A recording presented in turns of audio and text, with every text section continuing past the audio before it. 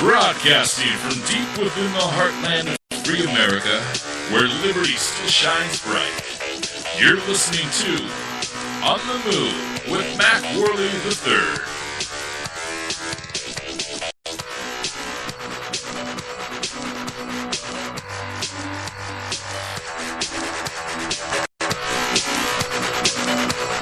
Hello, Mac Pack. It's great to be back with you again. We had a week off there, and I hope you guys thoroughly enjoyed the visit from Chris Cruz.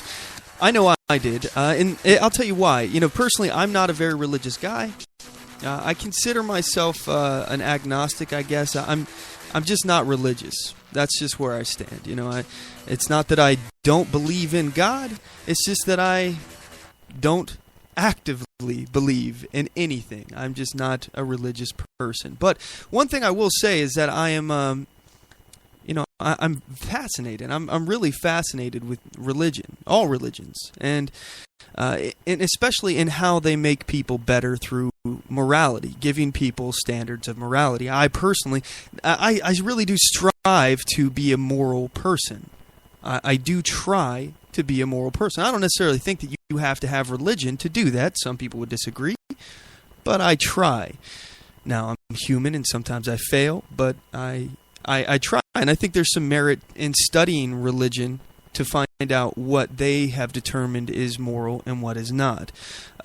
My idea of what is moral is essentially following the non-aggression principle, treating others as I would like them to treat me. Essentially is the way I would define morality, and on a very basic level, on a very small scale. The easiest way that you can describe morality. That's basically how I would do it. But anyway, I learned a lot listening to Chris, and first of all, I just want to thank him so much for standing in for us, because I'm still actually getting over being sick. But I tried the Vicks Vapor Rub as he suggested. Thank you for that, Chris. I'm feeling a lot better. I don't have about what felt like a gallon of phlegm just in the back of my throat, just sitting there. Well, we should be able to do this. No problemo. And for those of you out there, I hope you guys had a wonderful Christmas. I really do. I hope that you got to spend time with your family. I hope you had lots of good food. And, if you had presents, I hope you enjoyed those too. So this will be the last broadcast of 2015 for this show. I mean, unless something hits the fan. Unless some poo hits the fan, I don't reckon that we'll probably have another show for the rest of this year. Only a few days. And with the coming of the new year, it's always a good time to reflect on how things have been, not only within the last year, but also within this country as a whole, within the last few years. Let's even look at within the Obama administration during the length of time that he's been here. I'll ask you: have things gotten better? Do you think that things are better or worse as a whole, as the country? All we have to do is really look at several other issues as far as the economy.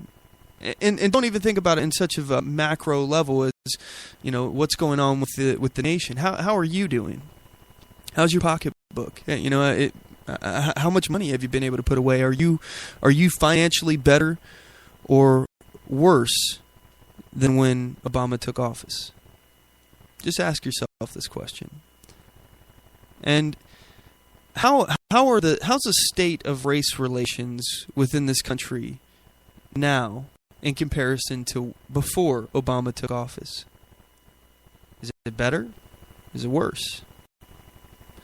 I mean, I know where I think things have gone, but I'm interested to hear what you guys have to say.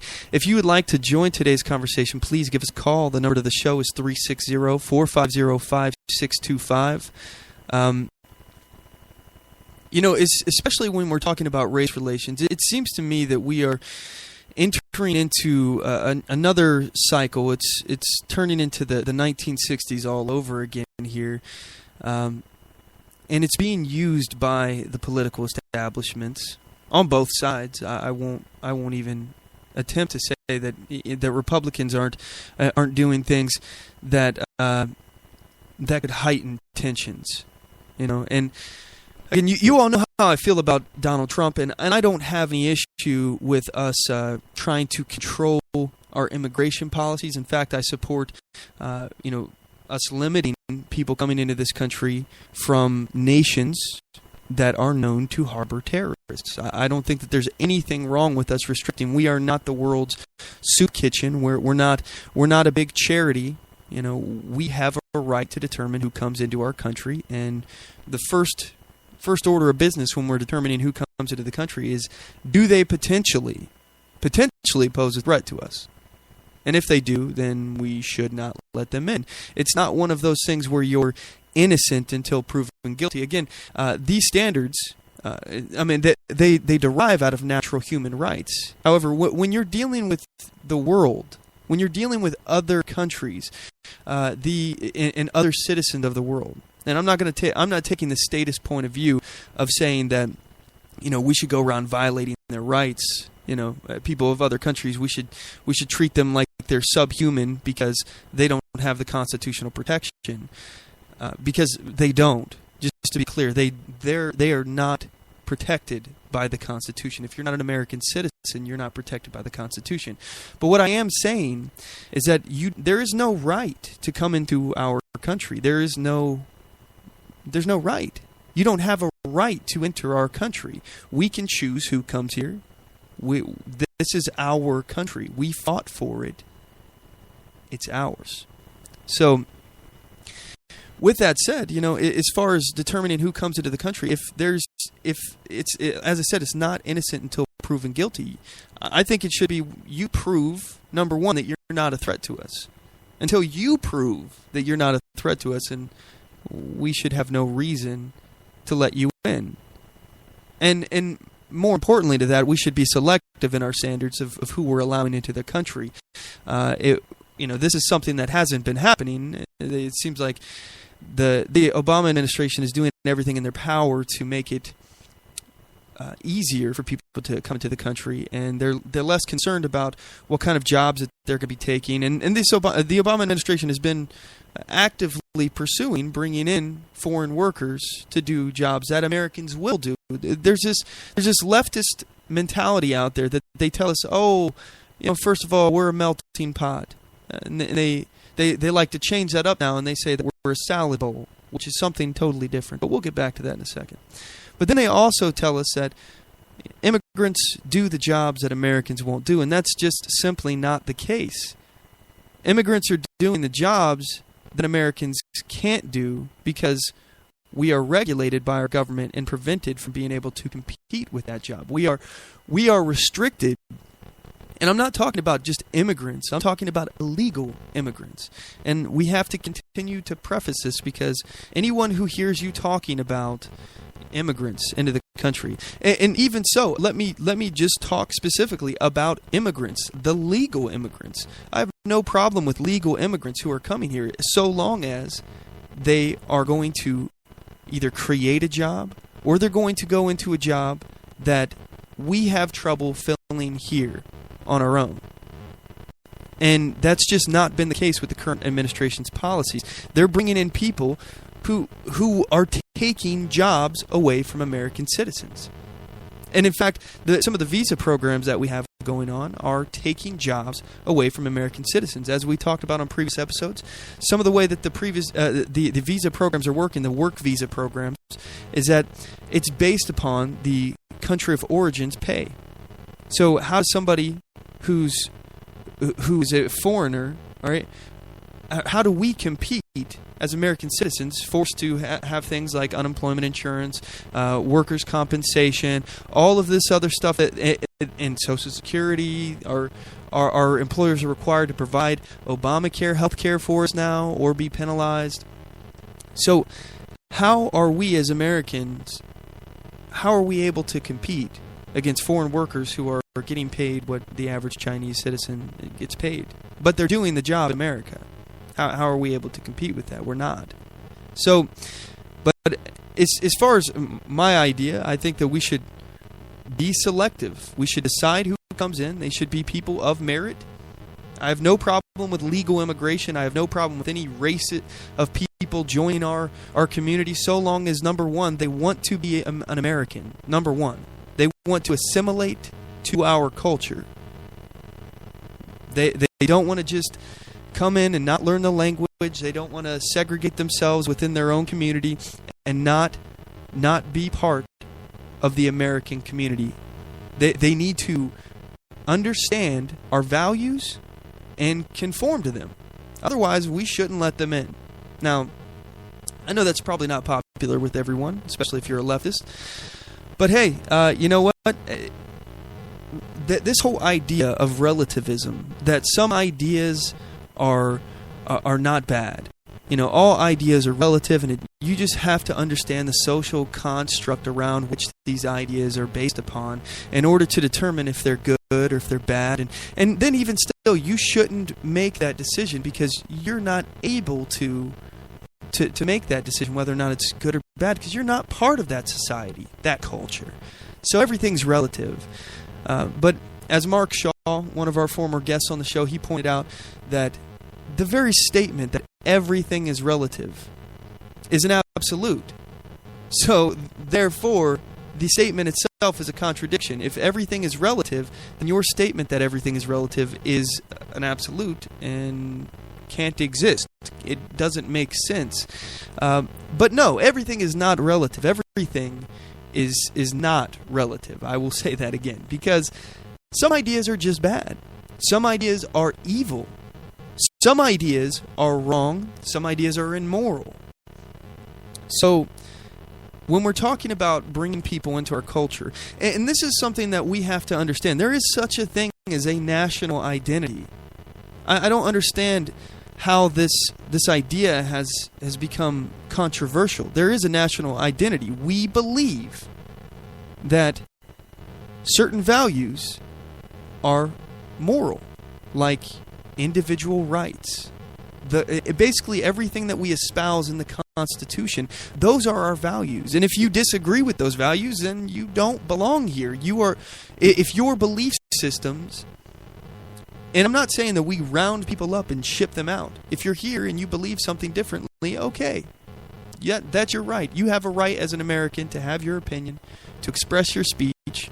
I don't think they should be silenced. I think that their speech, for example, people espousing socialist or communist kind of ideals, I don't think they should be restricted. I don't think that they should be limited in their speech. I don't think they should be rounded up and thrown into concentration camps. I think that their speech should be met with more speech. They shouldn't be censored. They should be debated. We should get the ideas out in the open and explain why their ideas are bad. But as far as bringing new ones in, no, I don't believe that we should do that. I believe that we have a national identity here that has made us the greatest country on earth. And it's done that for a reason. Because free people will always do better than slaves. We are the land of the free. Or are we? Are we really the land of the free anymore? You know, as time has progressed, it seems like this government has grown, and the Leviathan keeps sprouting heads, and in the process of the government growing bigger, the tax burden in order to fund this Leviathan has grown exponentially. What that does is it actually casts chains on us. It makes our tax burden bigger in order to fund this beast. In order for us to actually provide money to this government, we are essentially enslaved. Now, I know that may sound to some, it may sound like I'm going off the deep end here, I'm getting a little over dramatic, but no. This government is parasitical, all governments. And this is one thing that our founders understood and they attempted to regulate, but I think this is the left's biggest lie. The statist biggest ruse that they have pulled, the wool that they have pulled over your eyes, is that you can trust government. Government is a moral force. Yeah, right. Government is a parasite, and it survives by living off the labor of others.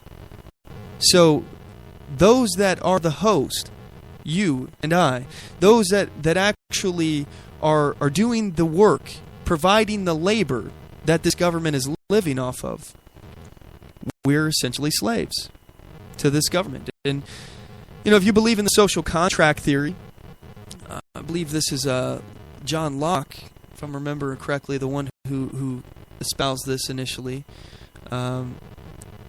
Perhaps maybe it's Hobbes. I may be wrong on this, but anyway, the social contract theory basically says that as a member of the society, you are agreeing to abide by the laws granted or the laws of the community, basically. So you are involving yourself in a social contract. But in this social contract, where we agree that the government it actually exists based upon our consent, and then it enacts our will.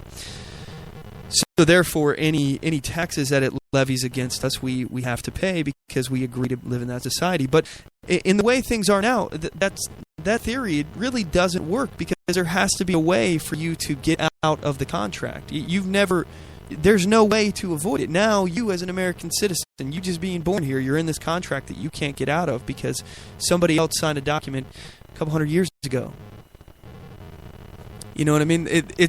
That doesn't make any sense. So the idea that, and again, I know this is probably going to sound a little controversial, but the idea that we can vote our way out of the things that are happening to us, I think that time, first of all, is past. Because I think what we're experiencing right now is a cultural clash within our own society. And I don't often get this I guess existential here.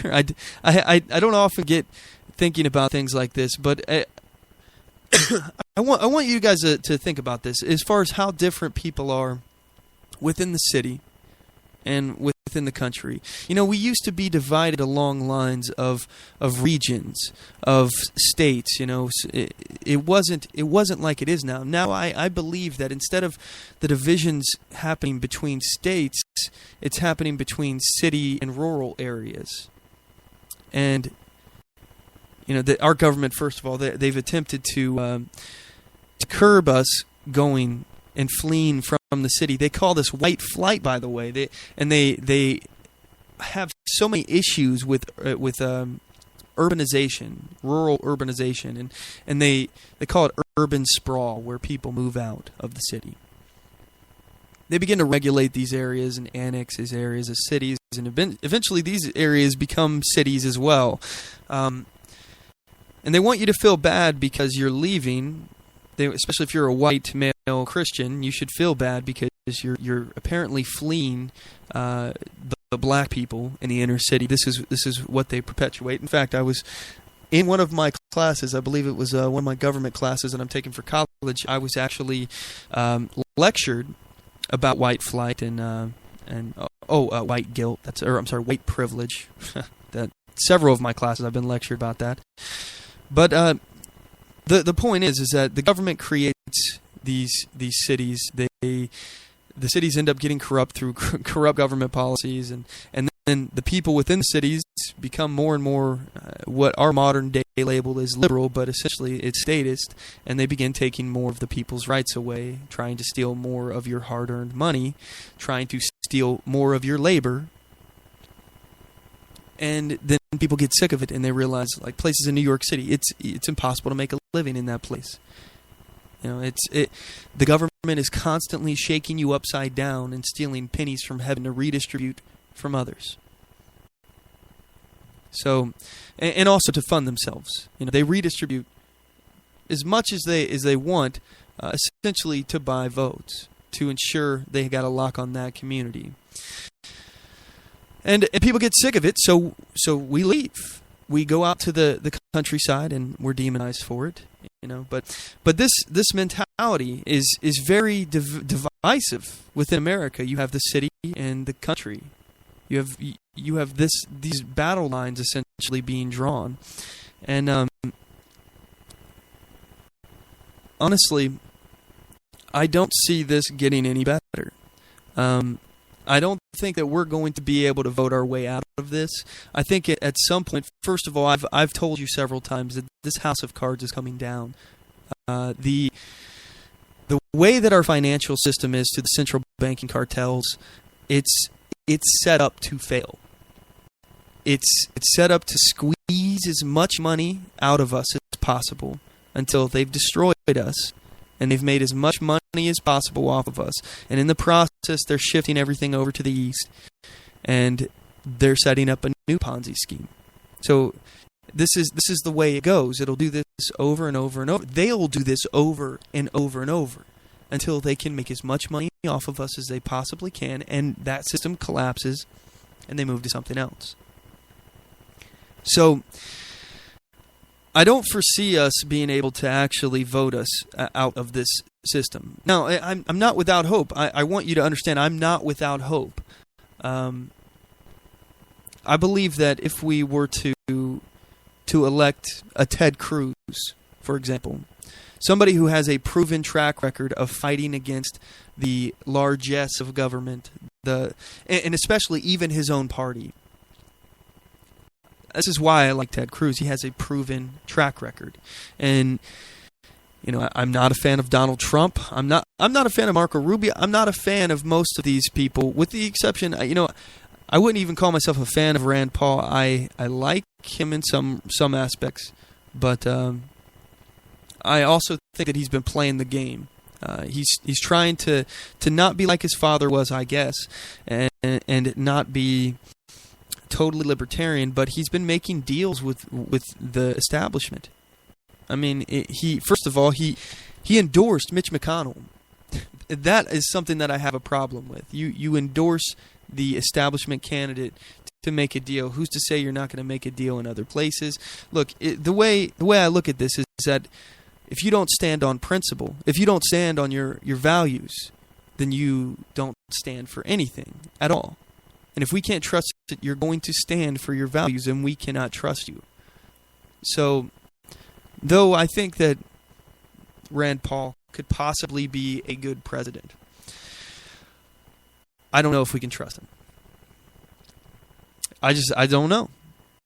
And this is his own issues that he's created. He's tried to play the game with the Republican establishment, but I'm done with the Republican establishment. I'm done. I will never vote for another candidate that I don't believe in anymore, that I don't support. I'll never vote for another. Shoot, there's so many that are coming to mind here.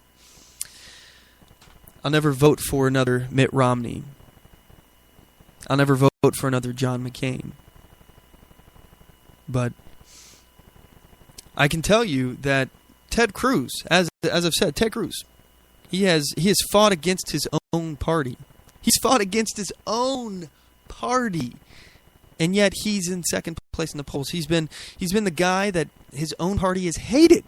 They hate the fact that he's even in this race. Part of the reason I believe why there are so many damn candidates in this race is because Ted Cruz is in it. The GOP establishment has flooded this race with their candidates in order to try to throw a wrench in the spokes of Ted Cruz. First of all, the more people that are talking, the more people that are on the stage of the debate, the less you get to hear from Ted Cruz. So you get to hear more and more people with the status agenda. Lindsey Graham just dropped out, by the way. But Lindsey Graham was one of them. John Kasich, what the hell is this guy still doing around? He keeps saying, Assad has to go, Assad has to go, Assad has to go. This guy is wanting us to go to war. Undeclared war, first of all, to topple a foreign government. And that will put us at risk. He's talking about no-fly zones. We're gonna end up in a war with Russia. This will lead to World War III. Chris Christie, same thing. He's real tough. He's real tough against ISIS. Oh, real tough. You know what? Our government is funding, arming, and created ISIS. Oh, by the way, they're training them as well. It's no wonder the rest of the world doesn't think that we're taking this seriously, because we're not. We're legitimately funding terrorism. We are a state sponsor of terrorism right now. So, but the GOP, they are flooding this election, this primary, with their candidates. And now they're looking to Marco Rubio as their guy. This guy was supposed to be a Tea Party candidate, but he's absolutely an establishment guy. He believes in things like spying on American citizens. He's very tricky with his language. Tried to get Ted Cruz caught up in saying that he was that he was for amnesty. Ted Cruz has not been for amnesty. I've been looking into this situation, that debate that they had. Ted Cruz, he may have lied to the American people when he said that he was not putting a poison pill into the bill in question that they were talking about by adding his amendment. But I think that in fact he probably was. And even if he wasn't, maybe he was taking them at their word, because they said that they weren't for amnesty, and his changes would prevent amnesty from taking place. So if he wanted to poison that legislation, that would have essentially done it. Or if you're taking them at their word, then it would pass. It would help the bill pass, as he said it would have. So, first of all, Ted Cruz is not for amnesty. He has been opposing amnesty every step of the way. One thing I will say is that Ted Cruz is very purposeful with the language. One thing that he did say is that he does not intend to propose amnesty. And let me focus on this for 1 second. If we're talking about amnesty, and personally, I'm against amnesty. I see absolutely no reason where if somebody came into our country illegally, especially if they were an adult when they did it. Now, if they were a child, this conversation could take place. I would have this conversation, but I wouldn't have this conversation now. There's no need to have this conversation now. Well, what are you going to do with the 30-year-old, foreigner, the 30-year-old illegal immigrant who's lived here since they were 1 year old? What are you going to do with that person? Well, first, we need to deal with the border. We need to stop illegals from coming in here. We also need to prevent them from getting jobs in this country, because if they're not able to work, they will just leave. So part of that also is deregulating the employment, because if it's not cheaper to hire a foreigner, an illegal worker, if it's not illegal, if it's not cheaper, if they don't have such a better deal of hiring these people, then perhaps they won't be able to get jobs. But I digress. The point is that we can't even have conversations about amnesty until we take care of all of these other problems, like our wide open border. We can't even begin to take care of this until we can prevent the flow of people from coming in here. So, a country that can't secure its own border cannot secure its own freedom or its own destiny. So, I think this is a very legitimate point that needs to be made. And I understand why Ted Cruz would say that he doesn't intend to pass any kind of amnesty.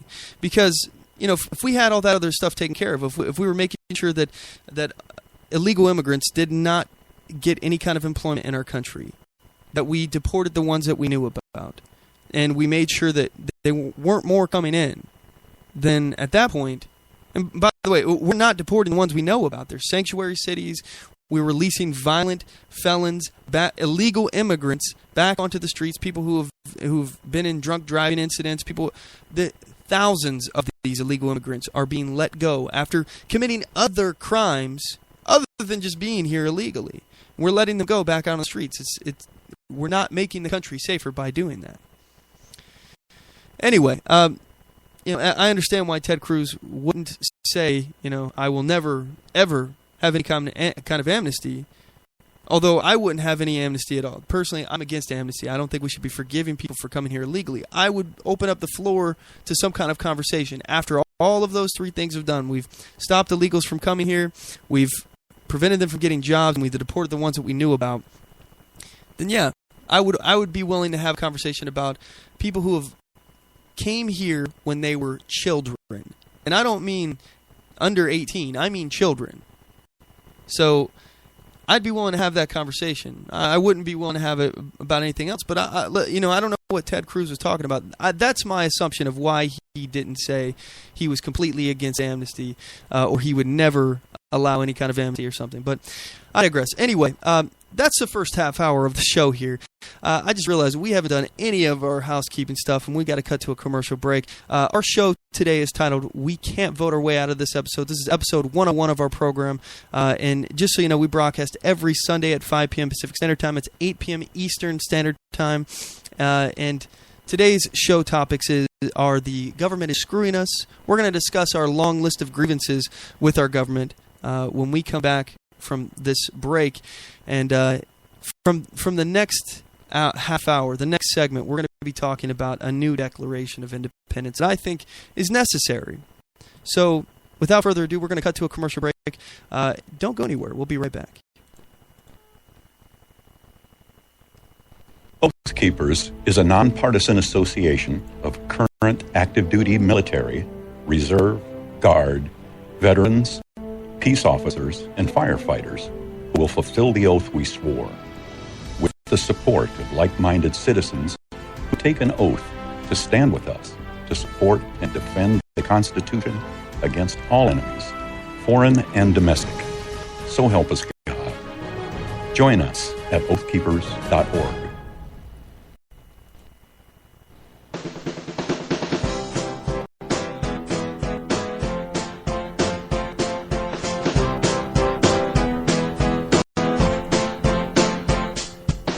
Support On The Move. Help us make this podcast bigger and better. You can do this by going to our store and purchasing one of our hundreds of products. All designs are original and made for patriots like you. Just go to cafepress.com/OnTheMoveShow. We appreciate your support.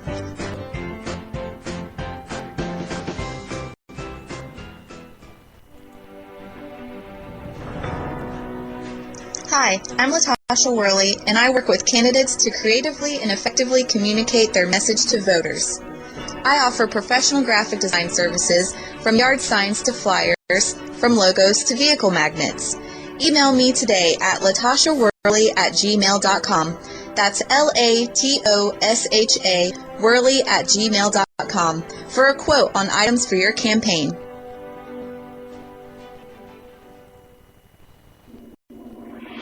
Broadcasting from deep within the heartland of free America, where liberty still shines bright.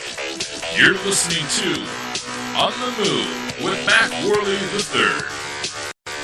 Hello, MacPack. First, I just want to say thanks for joining us. Thanks for sticking with us through the break. And in light of it being the holidays, we all know that our government screws us over every single holiday. Every single holiday, they do some kind of news dump where there's either something else going on and they try to slide something in underneath the radar that they don't think that we're going to pay attention to or catch, and they're pretty much right that we don't. And when we do, I mean, I report on them, but nothing happens. They just get away with it. They just do this year after year, and we just got to bend over and take it. That's what we do. That's what we do every year. That's their present to us. They screw us over every year. And in light of that, let me talk for a moment here. I talked briefly about this, the omnibus bill. You know, this is trillions of dollars to fund this Leviathan. You know, this really upsets me. I'm legitimately angry, like pretty furious. Now, you maybe not be able to tell. I'm a pretty upbeat guy. I don't really show my anger typically. I'm the kind of guy that if I'm angry at you, I smile at you.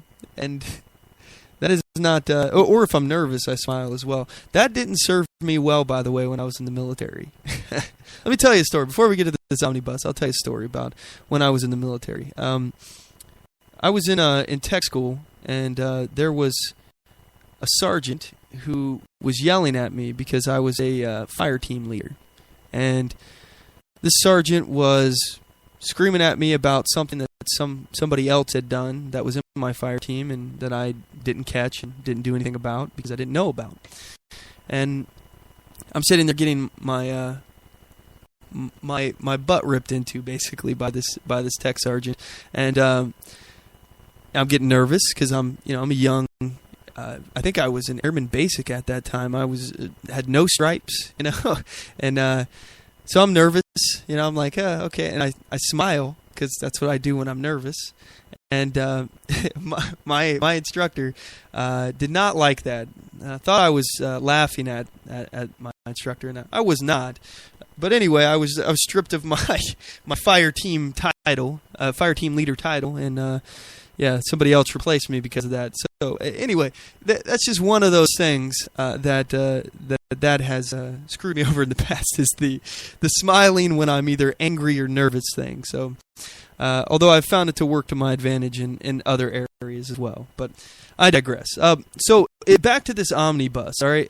This is really infuriating to me because they passed the Cybersecurity Information Sharing Act of 2015. This is snuck in the bill. Now, this is a Democrat that's been calling this out, all right? Ron Wyden. Now, believe it or not, I actually agree with Ron Wyden on a whole trove of privacy issues. There's a lot of things I disagree with him on, but as far as privacy, internet privacy, data collection, I seem to be in agreement with this man. Now, maybe there's some things I haven't stumbled on, but most of the stuff I've seen from Wyden has been stuff that is opposing the violation of our rights. So let me just read this story. This is a story written on westernjournalism.com by Melody Daring. This is dated December 18th, 2015. Politicians snuck a bill into the massive budget agreement approved this week, and some on Capitol Hill claim the hidden legislation allows the U.S. government to spy on its citizens more than ever. This cybersecurity bill was a bad bill when it passed the Senate, and it is an even worse bill today, said Senator Ron Wyden, Democrat of Oregon, of the Cybersecurity Information Sharing Act. It's also known as CISA, C-I-S-A. Wyden went on and said, Americans deserve policies that protect both their security and their liberty. This bill fails on both accounts. So, CISA was crafted first in 2014. It's been a hot-button piece of legislation ever since it was introduced to Congress. It passed the Senate in October, but has been in compromise stages between the House and the Senate ever since. The bill intends to make it easier for private companies to share information regarding cybersecurity, including hacking techniques and ongoing threats with the government. It reduces their liability for cooperating. The downside, according to critics like Senator Mike Lee, is the legislation doesn't protect citizens' privacy. Airdrops, an entire cybersecurity bill which lacks important protections for privacy and personal information, Lee said in response to the bill being included in the $1.15 trillion omnibus spending bill. So, again, we have... This is one thing that I just want to say here. The Paul Ryans of the world are no different than the Mitch McConnells. We literally threw out Mitch McConnell because we were tired of it. We were tired of the backdoor dealings. We were tired of them not listening to them, to us, the American people, who not only fund them, get them elected, but they are the ones they're pulling money out of our pockets. All right? We're paying for everything. And we elected them to both the House and the Senate to do something about this freaking government. The spending is ridiculous. And what do they prove? What do they prove by first of all, appointing, the news speaker, Paul Ryan? What do they prove by appointing him? First of all, no track record. He's got absolutely no track record, handpicked by McConnell. And the agreement to make sure this must-pass bill gets passed. That was part of the deal. And Paul, he tells us that we don't have a choice. This has to pass. Oh, this is something he inherited. He said, You realize this is something that I inherited from my predecessor, right? This wasn't my deal. This is a handshake deal that I agreed to. Upon taking this job, I agreed to pass this. Well, you shouldn't have done that. You shouldn't have done. First of all, we elected you guys to do something about this, and this isn't so frustrating. So frustrating. This bill is jam-packed. I can't even begin. It would take the entire show for me to tell you all of the bad things that are involved in this. Let me just point out a few. Other than CISA, Obamacare. Well, we all know that this is a massively unpopular bill. And it would seem to me that, again, these are equal branches of government. You're talking about the legislature and the executive. Now, they saw fit, the legislature, when they were filled with Democrats, they saw fit to jam this through our throat, or right down our throat, the Obamacare. Now, we're not going to do anything. We have both the House and the Senate, and we're not going to do anything to get rid of this damn thing. And not only that, not only are we not going to try to actually repeal it, we have the House and the Senate. We could do this. Not only could we do that, but we could definitely defund it. We have the power of the purse. And if the Democrats aren't willing to fund portions of the government piecemeal, then they are in fact shutting it down. And let me tell you, from an opposition party perspective, from somebody who wants small government, all right, shutting down the government is a good thing. Let's. I've asked this so many times, but it bears repeating. When the government was shut down, when Harry Reid shut down the government because he didn't want to fund the government piecemeal over Obamacare, when he wanted it all or nothing, if you're not going to do what I want, I'm going to throw a temper tantrum and I'm going to shut the government down. That was Harry Reid. That was him. It wasn't Ted Cruz. That was Harry Reid. So, let me ask you, when the government was shut down, was your life impacted negatively at all? And if you're a government employee, I really don't care. I apologize if you are a government employee and that you had a rough go of it. But let me just point out that if you weren't making any money during that time, if you were furloughed, it was because you were a non-essential government employee, and we should probably get rid of your butt to begin with. No offense, I'm sorry, but you cannot be the justification for your job. You should not be. All right? If you're non-essential, we shouldn't have that position, and that position should not exist. So the government should only be essential jobs. If you're non-essential, then why are you there? I digress. I know I probably just stepped on a lot of people's toes, but honestly, I'm really tired of this. This whole idea that we have to continue funding these bureaucracies and leviathans because public good, they're always doing something. You know, how about instead of you trying to fix so much of the world, try to shape the way that our country is and the rest of the world for that matter, how about you just try not to screw it up? All right? How about you just leave it alone? Have a laissez-faire approach. Hands off. That's what that means. Hands-off approach. Let it take care of itself, because it will. We don't need the government to nanny over us.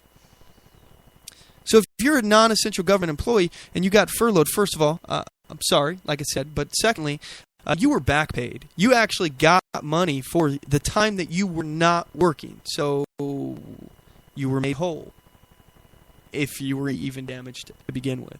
Which, again, I wouldn't really consider that damaging. This is part of the risk you take by being a public servant. You are working for the public.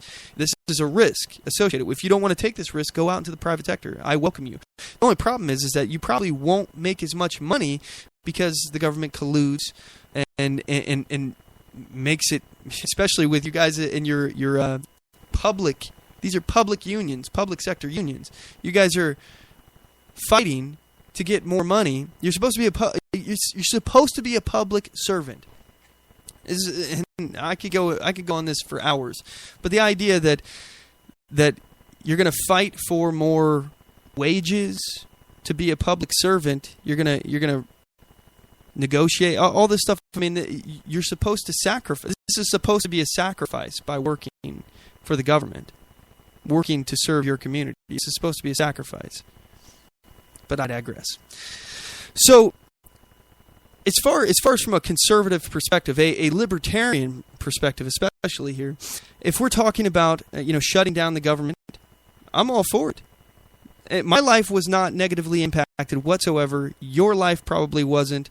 The only people that were back paid, and many of them got unemployment while they were on furlough. And in Oregon, they tried to get both unemployment and the back pay, because if you get the back pay, you're supposed to have to pay back the unemployment, and they didn't want to do that. They wanted to double dip out of the bin for doing nothing. This is all for staying home, and they're non-essential.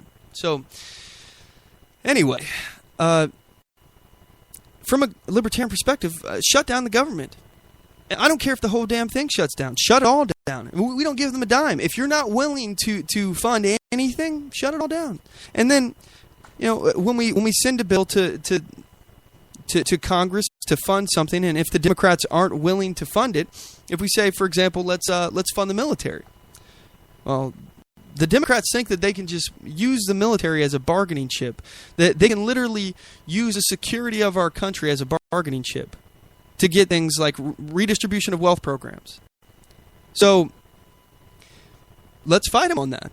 Because honestly, right now, granted, the world is on fire and there's a lot of dangerous stuff going on, but we shouldn't be involved in what's going on in Syria. And that's where a lot of our money is being spent, is doing things like that, bombing, just nothing targets where there's no ISIS at whatsoever. We're bombing empty vehicles that aren't ISIS related, just an empty shack, just to say that we're bombing something, because we're not actually serious about destroying ISIS. We're literally funding, arming. We created ISIS. We're not serious about this. We're using them to destabilize the Assad regime, to get them out of power, in order to take a Saudi pipeline north up through Turkey and then supply that oil to Europe, become an alternative to Russian oil. That's why we're there. So if we don't have the military funded, it's not like we're probably within a week or so going to be attacked by Russia. It's not like, if Russia wanted a war with us, by the way, they would never have pushed for a deal in Crimea. They would have never. They had plenty of opportunities to attack us if they wanted to. So I would say a week of not funding the military and bashing the Democrats on how they're leaving the country vulnerable, how they're playing politics with our national security. How dare them? Make them have to defend their actions instead of us always having to play the defensive. Let them know, hey, you know what? We're dead serious. We want this bill passed. We want the military passed, but we're not going to fund any of this other crap, all this other fluff. Let's get rid of it. We're cutting it back. There's a lot of waste, and I know a lot of Americans would support that. Again, Ronald Reagan talks about bold color differences between the parties. You need to set up your banner, lift your flag high in the air, let people know that you're there, and they'll rally to your banner. But we're not doing it. Instead, there will be no shutdown. Before we even talk about it, we say that we're not going to fight. We're not going to fight. We're not going to do anything, even though that's what we were elected to do. We were elected because people were sick of no one fighting. So we got in, and now we're not going to fight. We're not going to do anything. It's next election. But many of the things that they've funded are funded for years and years and years. It's not like you're going to be able to change anything next year. Some of these programs are funded for 4 or 5 years. So in regards to Obamacare, we delayed the mandates. Now this is astounding to me. This seems like the dumbest tactic to fight against Obamacare that I can possibly imagine. You're going to fund Obamacare, number one, and then you're going to push back the mandates where people, all the things that are going to make people hate Obamacare, the penalties, the things that they put in there. These are redistribution of wealth programs to take money from the haves and give it to the have-nots. It's redistribution of wealth, straight up, plain and simple. That's completely immoral. It is immoral to steal things from someone else and give to another that you deem more deserving. It's called theft, and it's not moral. It's not a moral practice, and our government shouldn't be doing it by any means. And not only that, but they don't have the legal constitutional authority, and I don't give a damn what any judge says. Where in the Constitution does it say that? Oh, the general welfare clause? Yeah, that doesn't mean that everyone should generally be on welfare. It means that what our government does, it must be generally beneficial to the welfare of all citizens, i.e., and I wouldn't necessarily agree with them doing this, but like building a road. All right, I don't think that the government should be responsible for building the roads or the hospitals, but the fact that they're there in your community means that the government has benefited you, even if you don't choose to use it. You could choose to use it just by it being there.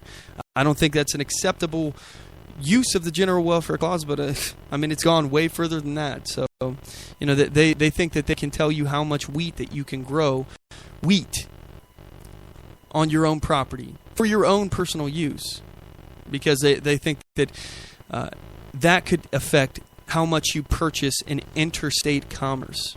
This is a United States Supreme Court during the New Deal era. FDR pushed this through. He threatened to pack the Supreme Court, with more judges. I think he was going to put like 15 judges on the court because the current 9 were not voting in his favor. They were saying all of his New Deal era legislation that he was trying to push through was unconstitutional. But then he threatened to pack the court, and they changed their mind all of a sudden. It's called the change in time that saved the 9, or something along those lines. But this is leading us further and further towards this abyss. So I want to talk about some of the other things in this omnibus bill. But what else did they have? They had the funding of Planned Parenthood. This is unbelievable to me. Now, I can understand, first of all, if you have an issue with Planned Parenthood. If you have from a libertarian perspective, all right? Now, my personal stance on abortion is I don't know where that life begins, but I think that we should probably err on the side of safety, on the side of the individual. There's a potential that baby inside could be alive, could be a human. What else could it be, really? But at what point is it alive? And that's the question. I don't know. None of us really know. And then the times that we have said that now it's alive and now it's not, it's really arbitrary. We're just saying, does life begin at conception? We don't know. So, as far as I'm concerned, I would say that if you can take that baby out of the womb and keep it alive, either on its own or with medical technology, I would say with medical technology, then it should be considered alive. That's where I stand, and I don't think that it should be aborted after that period of time. That's when you start having the issue of somebody's rights, crossing paths with another's rights. You have a right to do what you want with your body, but if doing what you want with your body is going to kill another human being, then it's not right, right? Anyway, so as far as I'm concerned, the idea that it's alive when it's out of the body, or it can survive when it's out of the body, that's an arbitrary number. It's an arbitrary distinction, and it makes you realize even further that it's arbitrary when you start realizing that as technology advances, this number will change. We'll be able to save babies earlier and earlier, and eventually, you have to acknowledge that it's an arbitrary number of when it's alive if you keep lowering that number to be able to meet when it's alive outside of the body, or when we can keep it alive. So the point is that it's complicated, and I don't know until we have a definitive answer of when that baby is technically alive. And how are we going to do that? I don't know. Again, I think it's all arbitrary, and I think that we should err on the side of safety. But if you're completely against it, I can understand that, and if you're for it, I can understand where you're coming from too. But let's focus on one aspect here. Let's just focus on one idea, that you have to fund it. You have no choice. You have to fund someone else to get an abortion. First of all, that's redistribution of wealth. It is. That is what it is. You're giving money, your labor, to someone else. coercively through the force of government, through taxes. And we could not restrict this. We could not prevent this from being in the omnibus bill. Seriously?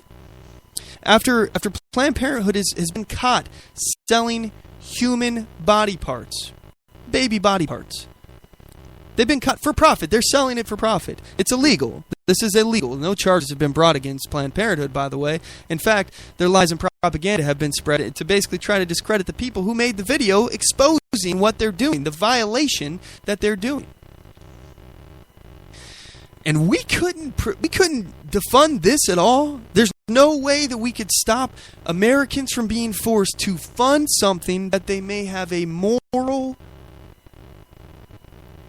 problem with. I mean, this doesn't make any sense.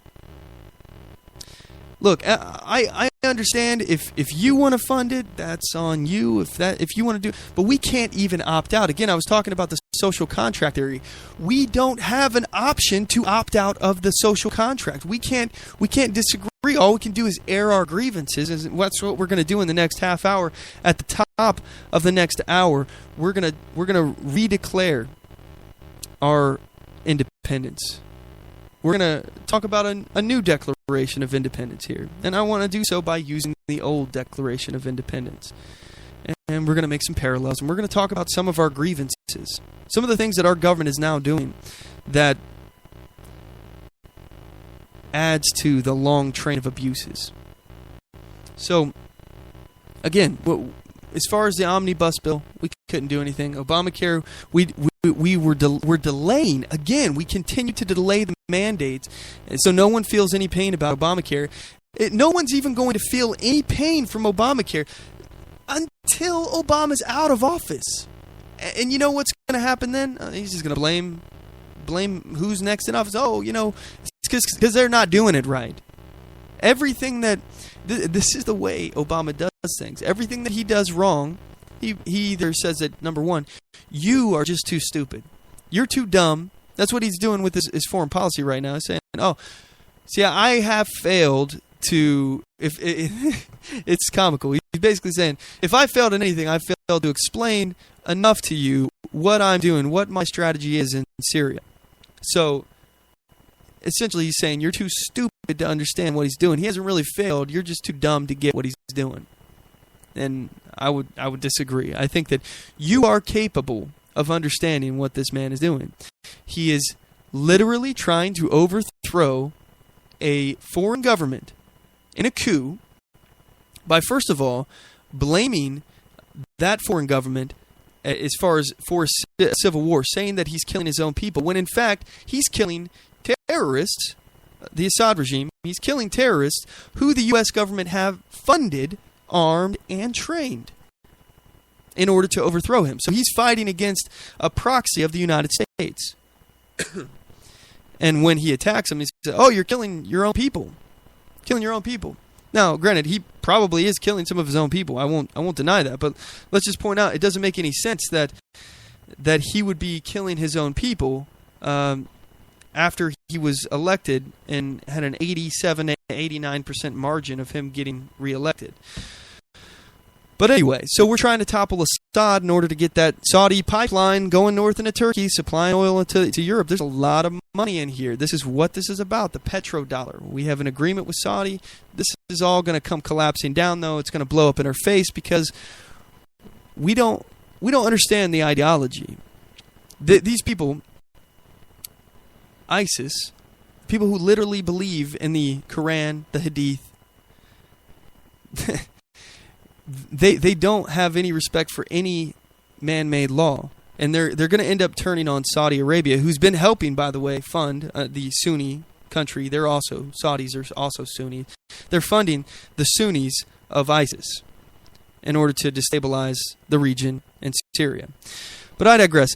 We're ending up here in the first hour. If you're on the 405media.com, first of all, thanks so much for tuning in. If you want to check out the second hour of our program, please check us out at OnTheMoveShow.com, or you can check us out at Spreaker.com/OnTheMoveShow.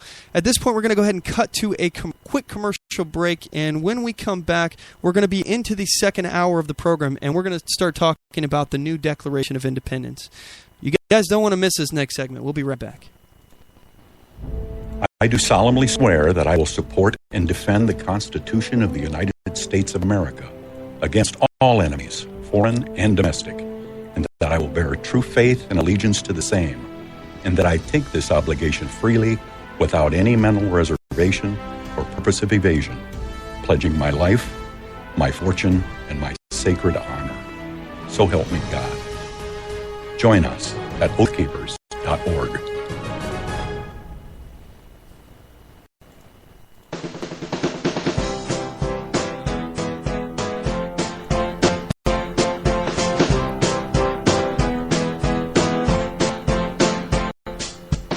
Support On The Move.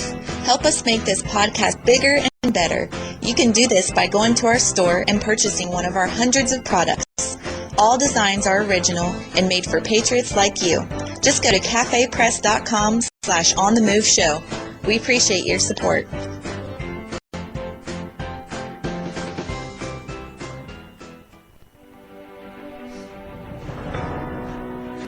Hi, I'm Latasha Worley, and I work with candidates to creatively and effectively communicate their message to voters. I offer professional graphic design services from yard signs to flyers, from logos to vehicle magnets. Email me today at latashaworley@gmail.com. That's LATOSHA Worley@gmail.com for a quote on items for your campaign.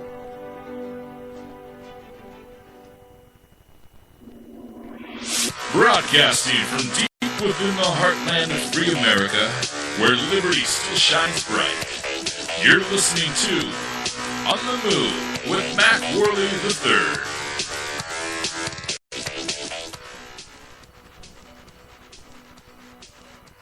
When in the course of human events, it becomes necessary for one people to dissolve the political bands which have connected them with one another, and to assume among the powers of the earth the separate and equal station to which the laws of nature and of nature's God entitle them. A decent respect to the opinions of mankind requires that they should declare the causes which impel them to the separation. We hold these truths to be self-evident, that all men are created equal, that they are endowed by their Creator with certain unalienable rights, that among these are life, liberty, and the pursuit of happiness, that to secure these rights, governments are instituted among men, deriving their just powers from the consent of the governed, that whenever any form of government becomes destructive of these ends, it is the right of the people to alter or abolish it, and to institute new government, laying its foundation on such principles and organizing its powers in such form as to them shall seem most likely to affect their safety and happiness. Prudence, indeed, will dictate that governments long established should not be changed for light and transient causes, and accordingly, all experience hath shown that mankind are more disposed to suffer while evils are sufferable than to right themselves by abolishing the forms to which they are accustomed. But when a long train of abuses and usurpations pursuing invariably the same object evinces a design to reduce them under absolute despotism, it is their right, it is their duty to throw off such a government and provide new guards for their future security. Such has been the patient sufferance of these colonies, in this case we'll say these states, and such is now the necessity which constrains them to alter their former systems of government. The history of the present king of Great Britain, and in this case let's say this Leviathan government. The history of this Leviathan government is a history of repeated injuries and usurpations, all having indirect object the establishment of an absolute tyranny over these states. To prove this, let facts be submitted to a candid world. So first, before we get into the long train of abuses, some of our grievances, let's go ahead and go back and talk about some of these principles here, some of the things that we talked about. What is all this? When in the course of human events it becomes necessary to dissolve the political bands which connect us together, all right? You should declare the causes which impel us to have these separations. Now, first of all, let me just say that I am not the kind of guy that says we need a new revolution. We need a new revolution. We need to take up arms against our government. That's not going to help, first of all. I think that would actually end up badly for us. I believe that this government would have no qualms about disappearing you in the middle of the night. You wouldn't last very long. They've already got all the tools. They've got the key, the system in place to just turn the key and turn on the tyrannical machine. They've already got it on partially. But if it turned on fully, if they ever really thought that there was an existential threat to their power, if they really thought that there was a movement that could, first of all, even if they didn't think that you had a chance, they have no problem demonizing so-called right-wing terrorists. You know, people, they're calling right-wing terrorists people who believe in the Constitution. I mean, this is the supreme law of the land, guys. And we're terrorists, apparently. So, I'm not the kind of guy that's going to sit here and tell you that we should overthrow the government. That's not what I'm saying. What I am actually calling for is a moral and intellectual declaration of independence. That's what this is. I declare myself independent of this government. I'm putting my name down as standing against what our government is doing. This government no longer represents me, and it's become harder and harder for us to air our grievances. We have no real way to change the way that the government is operating. If I want to stop, just for example, if I would like to stop funding Planned Parenthood, if I did not want my money to go toward Planned Parenthood, how do I do that? Does anybody know? If I don't want my money to be used on a foreign war that's undeclared and it's attempting to overthrow a sovereign regime, all right? If it's attempting to overthrow another government, if I don't want my tax money spent on that, how do I do anything about it? I mean, there's still, as far as the way the government is concerned, they're still entitled to my labor. So how do I air my grievances? How do I actually make some kind of change? How do I prevent my money, my labor, from being used to fund these things? How do you prevent them? There's really no way. So I declare myself independent from this government. I declare that on a moral and intellectual level, I do not agree with what they're doing. I declare myself independent from these actions. And I hope that many of you would do the same. And we're gonna declare what our grievances are. I have a big list of them that I will read off to you here, but let's continue here. It begins at the second paragraph with, "We hold these truths to be self-evident." This means that it's self-evident. It means that it's obvious. These are obvious truths. That it doesn't take much reasoning out. Once you do some mental burrowing about it, once you start actually thinking this stuff through, you realize these are obvious. These conclusions are obvious. These rights, all men are created equal. And this is not like Animal Farm. Some are not more equal than others. Our politicians, our elites, they are not more equal. Everyone has the same rights. Now, again, we're not talking about creating favored classes or making sure that everyone ends up in the same place. For that's not equal. You're trying to actually control the starting line. But in order to control how we all finish, we all want to make it to the middle class, as the Democrats like to tell us. That's the goal. That's your biggest goal in life, apparently, is to make it to the middle class. I don't know about you, but I don't want to just be middle class. I want the option, if I work hard and I get lucky, to make it big. But instead, they kick out the ladder of success and make it clear that as far as you're allowed to go, this is as high as you can go, middle class.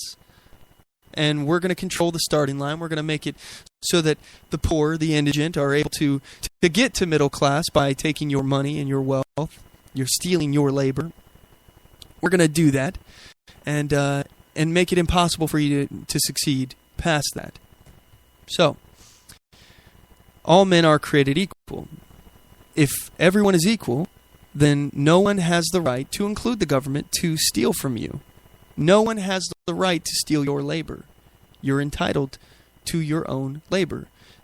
Using the non-aggression principle when referring to all men are created equal really allows you to establish a moral grounds of what can be done. Again, if it's aggression, as long as you're not the one aggressing, it's good to go. So for example, all right, here's a great example that I've often heard people talk about.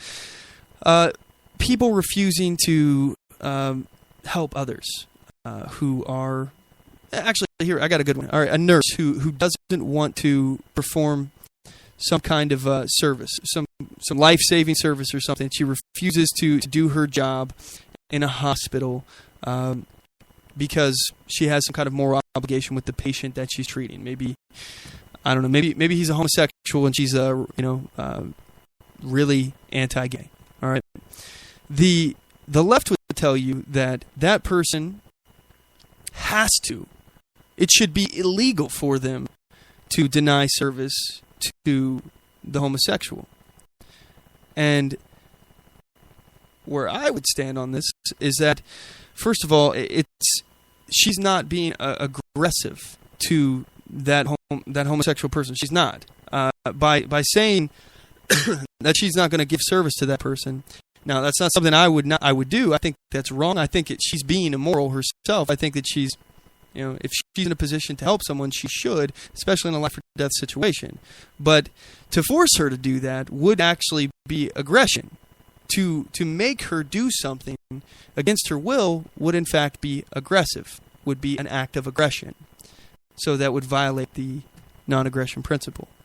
We're all entitled to the same rights. No one should force us to do anything that we don't want to do. All right? So, although I think that she should do that, I don't think that anyone has the right to force her, and I don't think that she should be punished for not helping out someone, even in a life and death situation. Because again, you have a right to your liberty. So, let's see here. The next section here is that all men are endowed by their Creator with certain unalienable rights. Let's talk about that for a second. These rights are given to us either from God. Many believe that, according to the Declaration of Independence, that our rights are derived from God, not the government. It's important to note that. These rights are either given to us from God or natural. That's how I tend to look at them, as natural human rights. As it says earlier in the first paragraph, it says laws of nature, the laws of nature. These are just laws that you understand. They're self-evident truths. So the government doesn't have a right to take these rights away because the government never gave them to you. These rights existed before the government, and the only reason why the government was established was to secure these rights. Governments are instituted among men, deriving their just powers from the consent of the governed. These are simple reasonings when you understand the rights of a collective. First of all, a collective does not have more rights than an individual. Just because a group of individual formed, that group does not suddenly have more rights than an individual.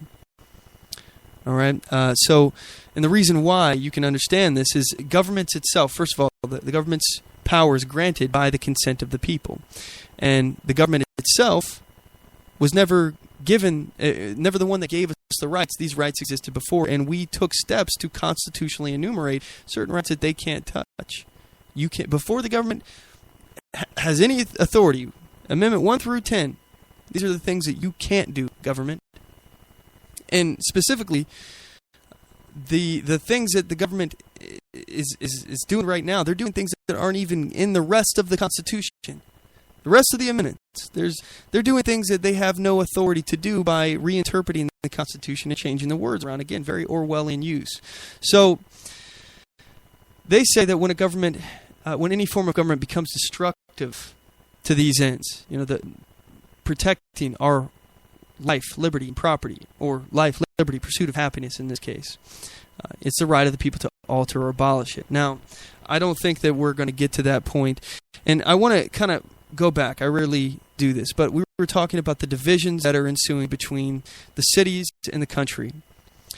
I think that we're in for a reset. When this system comes crashing down, when this all comes crashing down, there will be, in my personal opinion, some pretty massive civil unrest. You're going to have people who are going to be trying to further enslave us and to take what does not belong to them, using the force of the government, because they're not strong enough to take it from you. They have to use someone else to take it from you. So they're going to continue to try to use that. And at some point, we're going to hit the Laffer curve, where the Laffer curve is the formula that somebody has figured out that basically you can't tax above a certain amount of money, or you actually end up making less money, all right, above a certain percentage of people's national income, of a people's income. Because if you were to tax at 100%, you're not going to make 100%. You're not going to take all that money. They're just not going to work for either. They're going to stop working. They're going to throw up their hands and say, "I give up," or they're just going to stop paying their taxes altogether. So you're not going to get any money. That's the Laffer curve. So I honestly believe we're going to end up having a Civil War style event where the people who are on the backs of everyone else in the cart, living off the labor of other people, are going to demand that the government does something to take money from us, and they're going to reach the point of the Laffer curve, and we're going to stop people in the country, people who are self-sustaining, people who are just tired of this Leviathan, who just want to own themselves and are tired of wearing shackles put on them by other people. Again, we all are equal. Who are you to feel entitled to my labor? Eventually, we're going to throw off these shackles. And I don't know what's going to happen. I do not want violence. I'm a pacifist. I want things to be as easy as possible, as non-violent as possible. But I'm not going to allow someone to hurt myself or my family. I'm not going to let anyone steal from me. I'm going to protect my own. I'm going to protect my life, my liberty, and my property. And I'm not dependent on the government to do that. I have a right to do that. So, anyway, as far as what's going to happen, I mean, who knows? Your guess is as good as mine, but I can see, if people stop providing, if the system collapses, this is honestly what I see actually happening more so, is that the system's going to collapse because, again, this whole thing is going to come tumbling down. It's built to crash. They're controlling the crash now. By the way, they increased the Federal Reserve interest rates. Remember me talking about that? This is the beginning, gang. This is the beginning. I hope your affairs are in order. I hope you have your preps established. I hope you've prepped food. I hope you've prepped water. I hope that you have some money put away, maybe some stuff diversified into gold. Diversify your wealth into bullets, Band-Aids, beans, guns. I mean, anything that you think will be worth something, it doesn't hurt. But if the system comes crashing down, the people within cities are going to eat themselves alive. Once they are not in the cart anymore and they realize that they have been abandoned by this government, they realize that this can't, and maybe it's because we've said no, we're not going to do it. We hit the Laffer curve, and cities are going to be a dangerous place. They're going to eat themselves alive, and I think we're in for a reset. Now, I think the people, the hardworking Americans, people that have prepped for this stuff, people who are self-sustaining, people that are just willing to work, people who are willing to put in hard work will survive. With a little luck, will survive. But the cities are going to be dangerous. Those people are going to, it's probably in some cases, literally be eating themselves. And I don't know what to do about that other than say to get out of there. The cities are lost. It's a lost cause. further away you are from a major city, from a major population area, the better off your survival chances. So let's go to our long train of abuses, the grievances that we have to air here. First of all, I want to start by asking, are we free or are we not? I want you to consider this. Is this still the land of the free? Here are our grievances. They're spying on our government, this administration. In replace of the King of Great Britain, we have been suffering a history of repeated injuries from this administration and usurpations, all having in direct object the establishment of an absolute tyranny over these states. To prove this, let facts be submitted to a candid world. Bulk spying. They have been violating our Fourth Amendment right against unlawful search and seizure. Again, this right was not given to us by the government. It is constitutionally enumerated to protect against it, though. They have been spying on every single human electronic communications and data mining it. They say that they're not doing it now, but they are. And they're doing it worse than ever with CISA that they just snuck in. Also, the metadata program. This all expanded from again, this is what they're saying. They're just looking at the duration of your phone calls, who you're calling, things along that line. They're not actually listening to the content of the call. Yeah, right. We already know from even as long ago as the 70s, where Program Echelon, I believe that was back in the 70s, was created. That was basically keywording and having analysts listen to a phone call where keywords are hit, when certain flag words are hit. So they have been listening to the content of calls for a long, long time, well before this bulk spying program. But again, all without a warrant. If they want to spy on somebody, if they want to get a wiretap on somebody, get a warrant. And if you don't have reasonable suspicion, then you can't get a warrant. So keep working to get a warrant. Find your reasonable suspicion. If you can't get it, tough tits. I'm sorry. It's unconstitutional. We never granted you that authority. Now, gun control. It's unbelievable to me, the ignorance on the left. And I don't know if this is willful ignorance or if they're purposefully being deceptive. I don't know if all, and I'm speaking for all Democrats in this regard. I mean, I know some of them. No. I know a lot of them who purport gun control understand that this is constitutionally protected. And they say, oh, it was for muskets. Well, we already know that our founders knew about guns that were not muskets, that were not loaded in the barrel like that, and they were rapid-fire weapons. We already know that those weapons existed and that our founders not only knew about it, but commissioned them for the United States military. Or at least it tried to. We already know this. So it's not about muskets, and we know that mankind has continued to develop technology and weapons since its inception. We started out with rocks and sticks. And even at that time, we were into muskets. So we knew that it was an individual right because, first of all, and they like to comment on, it's only for a militia. The militia consisted of the people. That's what the militia did. We have completely lost the militia. The Second Amendment literally secured our right to a militia because it's necessary to a free state, and then secured the Second Amendment, or the right of the individual to keep and bear arms. It says, the right of the people to keep and bear arms shall not be infringed. We've lost on both of those. It's been infringed like crazy, and if you're in a militia now, you're considered a freaking domestic terrorist. You could probably be arrested just for being in a militia. Now, we talked about this in great detail, no-fly lists. Unbelievable, the lack of due process that's involved in this.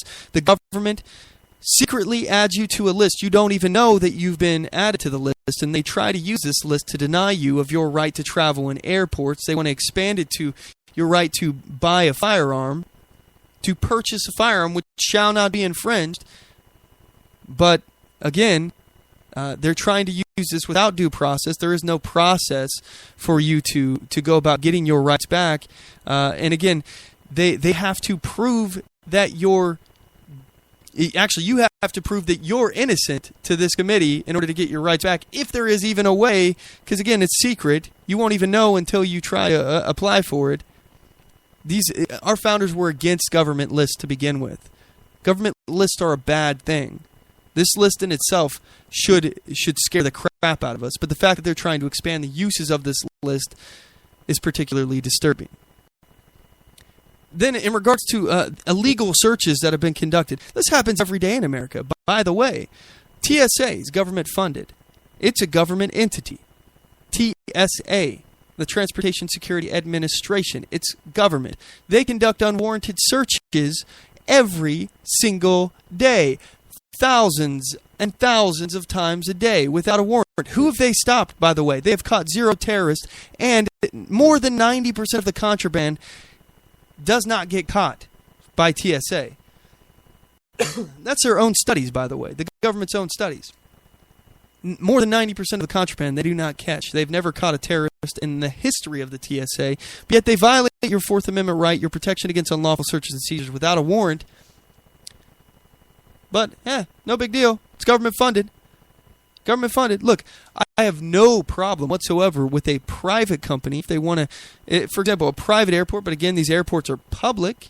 It's a public airport. Again, stealing your money to build things, and it very likely would be built better, taken better care of, more security, all this stuff.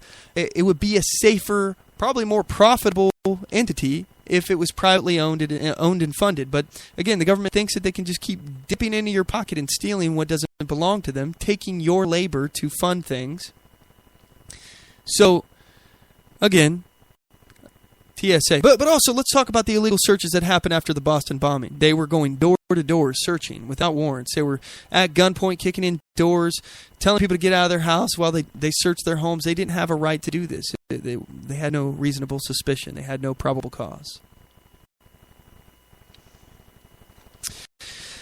This continued debate, another grievance here, against our security versus our liberty. They think that they can continue taking away our liberty in order to give us more security. Although recent Supreme Court decisions have declared that they do not have an obligation to protect us.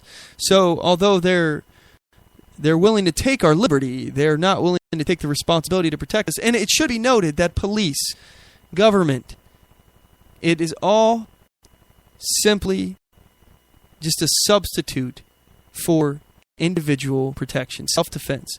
That's why we created government in and of itself. Again, it's to secure these rights. All right? The right to life, liberty, and property. That to secure these rights, governments are instituted among men, deriving their just powers from the consent of the government, or of the governed. I did that again. So, this is what happened. A group of people got together and said, man, it's really difficult for me to protect myself all the time while going to work and all this stuff. I have to make a living. It's hard for me to protect my farm. It's hard for me to protect my land. It's hard for me to protect my family when I'm out working the fields or in town or something like that. It would be really awesome if we could all come together and work together to collectively protect ourselves. There's nothing wrong with that. But when you start saying that the collective now has more rights than the individual, that's absurd. The collective stemmed from individuals coming together. It's unbelievable, and it's absurd. It's unconstitutional. It's part of our grievances. This entire system of redistribution of wealth we're going to talk about when we come back from this break. And for those of you out there, get a hold of us. If you have something on your mind, if you have a grievance that I've yet to mention, I've got a long list of them here. We're going to continue to go through them. But if you have a grievance that you'd like to air, please give us a call. The number to the show is 360-450-5625. Again, that is 360-450-5625. Or you can message us on Facebook.com/OnTheMoveShow. Or my personal favorite, you can get us on Twitter @OnTheMoveShow. Let your voice be heard. And also, before we cut to the break, I just want to remind everybody, you can check us out at our website, OnTheMoveShow.com. You can follow us on Spreaker.com/OnTheMoveShow. If you made it this far in the program, please follow us over on Spreaker. That really does help us out. Again, that's Spreaker with an R, Spreaker. MackWorley.com/OnTheMoveShow. Follow us over there. I'd really appreciate it. You can like us on Facebook.com/OnTheMoveShow. Follow us on Twitter.com/OnTheMoveShow. And subscribe to us on YouTube.com/OnTheMoveShow. Anyway, we're going to go ahead and cut to a commercial break. We'll be back in a minute. Oath Keepers is a nonpartisan association of current active duty military, reserve, guard, veterans, peace officers, and firefighters who will fulfill the oath we swore, with the support of like-minded citizens who take an oath to stand with us, to support and defend the Constitution against all enemies, foreign and domestic. So help us God. Join us at oathkeepers.org.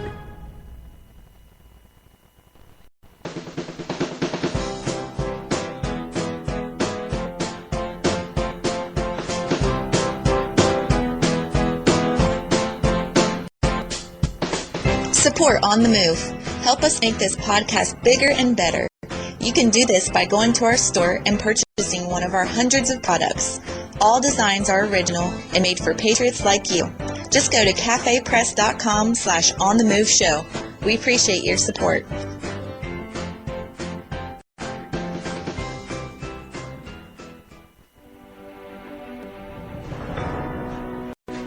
Hi, I'm Latasha Worley, and I work with candidates to creatively and effectively communicate their message to voters.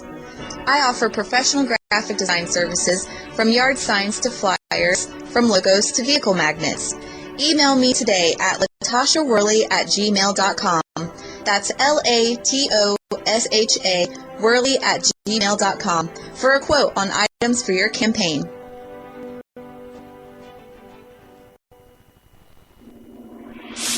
Broadcasting from deep within the heartland of free America, where liberty still shines bright.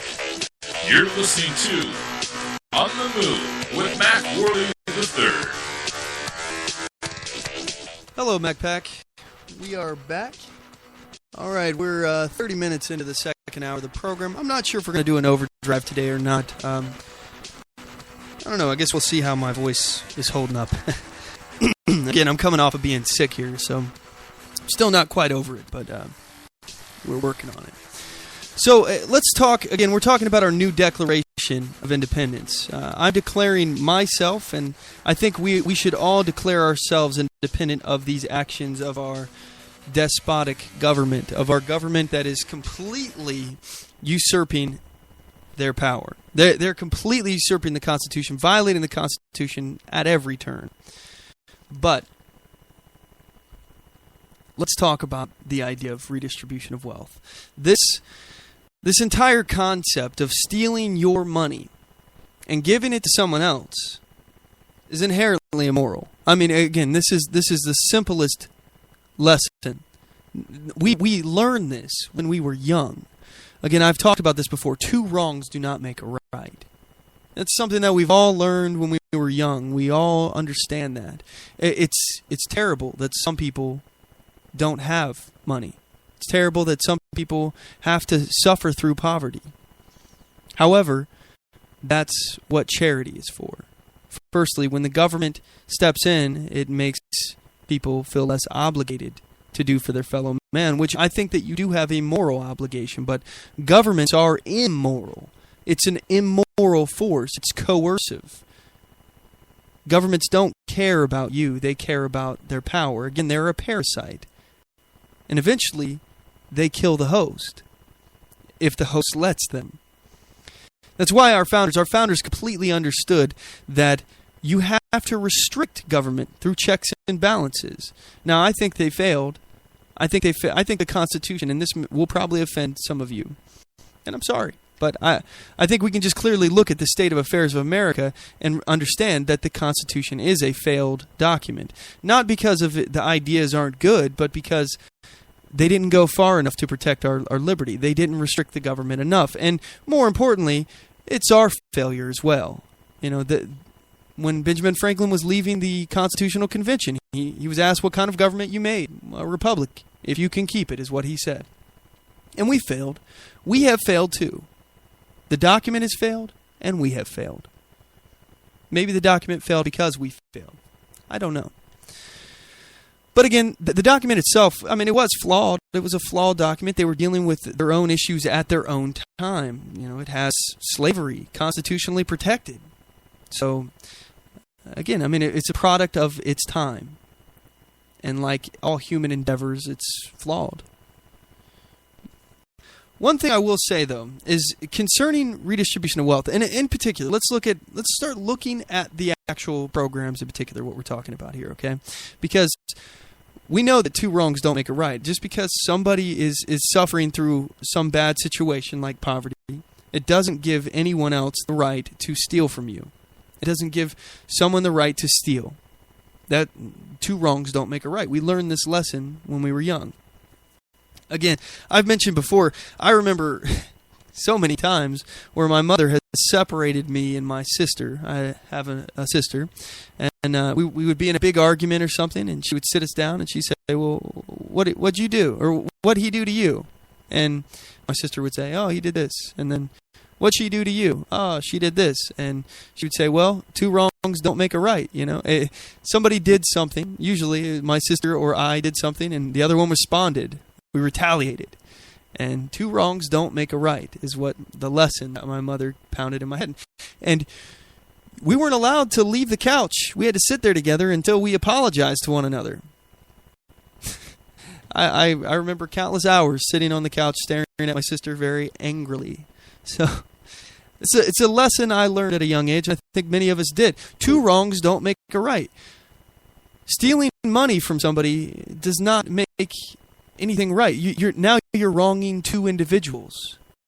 Yeah, somebody was poor, but again, it doesn't. You're not helping the situation by stealing from someone else. So, anyway, let's look at Obamacare. Obamacare is a forced, mandated program that you have to buy a product in order to be in compliance with the law. That's unbelievable. First of all, never. And anywhere in the Constitution granted them this authority. They can say that the General Welfare Clause is where they get this authority, but that's just ridiculous. It is the most ridiculous thing. Our founders would be rolling over in their graves. The idea that we have to pay for someone else's health care, that health care is a right. Not that it's a right for you to go out into the market and engage in the market to purchase health care, but that health care is a right that the government has to provide for you. It's a positive right, like the government has to provide you with the right to vote. That's a positive right, that they have to do something. Most of what the Bill of Rights is, by the way, those are negative rights, things that the government can't touch. Government, you can't do this. But again, redistribution of wealth, they think it's okay to steal from you. Social Security, it ended up being redistribution of wealth. It started under the guise of not being redistribution of wealth. You were supposed to fund your own retirement program. You're supposed all this money that you paid into it, they would take the interest that you earn, and you're getting the interest as well as the forced payments. Again, that's kind of tyrannical in and of itself, that the government is forcing you to save your money in this particular fashion. But they said, oh, we're the government. We know better than you. We're smarter than you. We are more equal than you are. Again, all men are created equal, but the government and the elites, they think that they're smarter than you. They think that they possess more rights and they can tell you what to do as a result.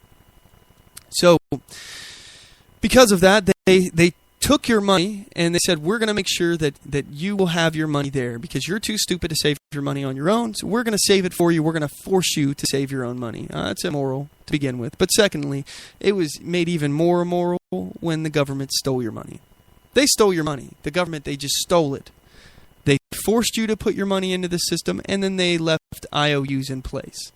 There's no interest being gained on this. It's all the money that was there, all the money that you've given is gone. So now what they're doing is they're stealing money from people who are currently working, and they're giving it to the people who have now retired and are getting Social Security. And the people who are retired say, hey, I'm entitled to this money because, I paid into it. Well, not really. And I'm sorry, and I'm not trying to come after Social Security recipients. I'm not. But I will just say that your money has already been stolen. So it's not a moral thing for our government to steal someone else's money. But I will say that this problem is unfortunate, and I understand the position, especially if you're on a fixed income. I get why people don't want Social Security to disappear, because you need it to survive. I get it. The government put you in this position, though. You should understand where the blame should be put. Not on the people saying that, hey, I'm never going to get this because this program is going to be insolvent, but I'm required to give this money in order to pay for somebody else, and I know my generation will never see a dime of this. So essentially, people currently paying Social Security are slaves. Our labor is being stolen from us. Other people are entitled to the fruits of our labor. I mean, that's the truth. So just keep in mind that's immoral. But more importantly, I think at a minimum, when it comes to Social Security, this program has to be phased out. It has to be. The people currently on it need to be phased out. I mean, we should allow them to continue getting their money, because they, again, I don't think that they should be taken off of it. I think it should just go away. I mean, I'd love to see that happen, but I don't think there's a will for it, and I know a lot of people would pay the price for it. I personally don't have any problem paying for Social Security, as long as I know that no new people are going to get on it after a certain year. I think this program in and of itself needs to be phased out to private decisions for people. You make your own decision. In regards to welfare and food stamps, again, the idea of taking money from someone else and giving it to others is inherently immoral. It's stealing. It's stealing. That's all that is. And I want to talk specifically about food stamps. I understand. I get it. People don't want people to starve. I get it. However, again, that's the role of charity. And I think churches play a big role in that. I think that churches, an individual responsibility for your own community, for people in your own community. I think that, especially when you leave that to the individuals to decide who's worthy of getting help and who's just trying to get a handout as opposed to a hand up. You know, the individuals are much better at determining. You would be able to determine who you should actually help. You know, who's just using you and who's actually trying and struggling and needs genuine help. You know, or who's just a bum and they want a free ride. You know, the individuals are much better at determining that than the government ever could be. But again, that's a moral responsibility that we have. But let me ask you, where in the Constitution does it say that you have a right to food? Does it say that anywhere? Does it say that you have a right to electricity? Again, these are not natural human rights, right to food. You have a right to pursue food. You have a right to engage in the market to purchase food. You have a right to grow food, which is astounding. It's astounding to me that the government thinks you have a right to someone else's money to buy food. All right? That's what food stamps are. You're stealing money from other people through food stamps to get your own food. So, in a way, they're saying that food is a right. They have yet to come out and actually declare that food is a right. But point being is that you have a right to steal other people through redistribution of wealth and food stamps to pay for your own food with someone else's labor. However, you don't have the right to grow your own food past a certain point on your own property for personal consumption. Again, it's Wickard v. Filburn, the Supreme Court case where they determined that they can actually restrict you, penalize you for growing too much food on your property for personal consumption. This is the hypocrisy that we're dealing with. This is part of the long list of grievances. And more importantly now, let's talk about what's going on now, because we're talking about a lot of things that have been continuing. But what are we going to encounter? Climate change. Climate change is redistribution of wealth. This process consists of us forking over carbon taxes to our government to redistribute to other countries around the world in order to give them some kind of reparation for the damage we supposedly have done to their climate. Of course, these people are going to sign on to this because they're getting money from, third world countries are getting money from developed nations who have to pay the carbon tax. This is redistribution of wealth, folks. They're distributing wealth to other countries. Our country. Where in the Constitution does it say that our government has to look out for other countries and pay reparations to? Where do they get this authority? And who the hell do these people think that they are? You're elected by the American people, and it would be arguable that the most important job that you have is to look out for the interests of the American people, not somebody in a third world country. This idea of a global citizen, by the way, very dangerous. We have a national identity. Again, we have a national identity. There's a reason why we're called the land of the free. Is because most people ain't free. And why aren't they free? Why aren't other people around the world free? Think about this, people. You learn this too. This is another lesson you learned very, very young that they're probably not teaching anymore. That you are very lucky to be an American because you live in the freest place on earth. Do you remember that? You remember hearing that all the time? Well, still probably true. You probably still do live in the freest place on earth, but you're the freest slave on earth now. Our government has become tyrannical. Our government is stealing authority that they never had.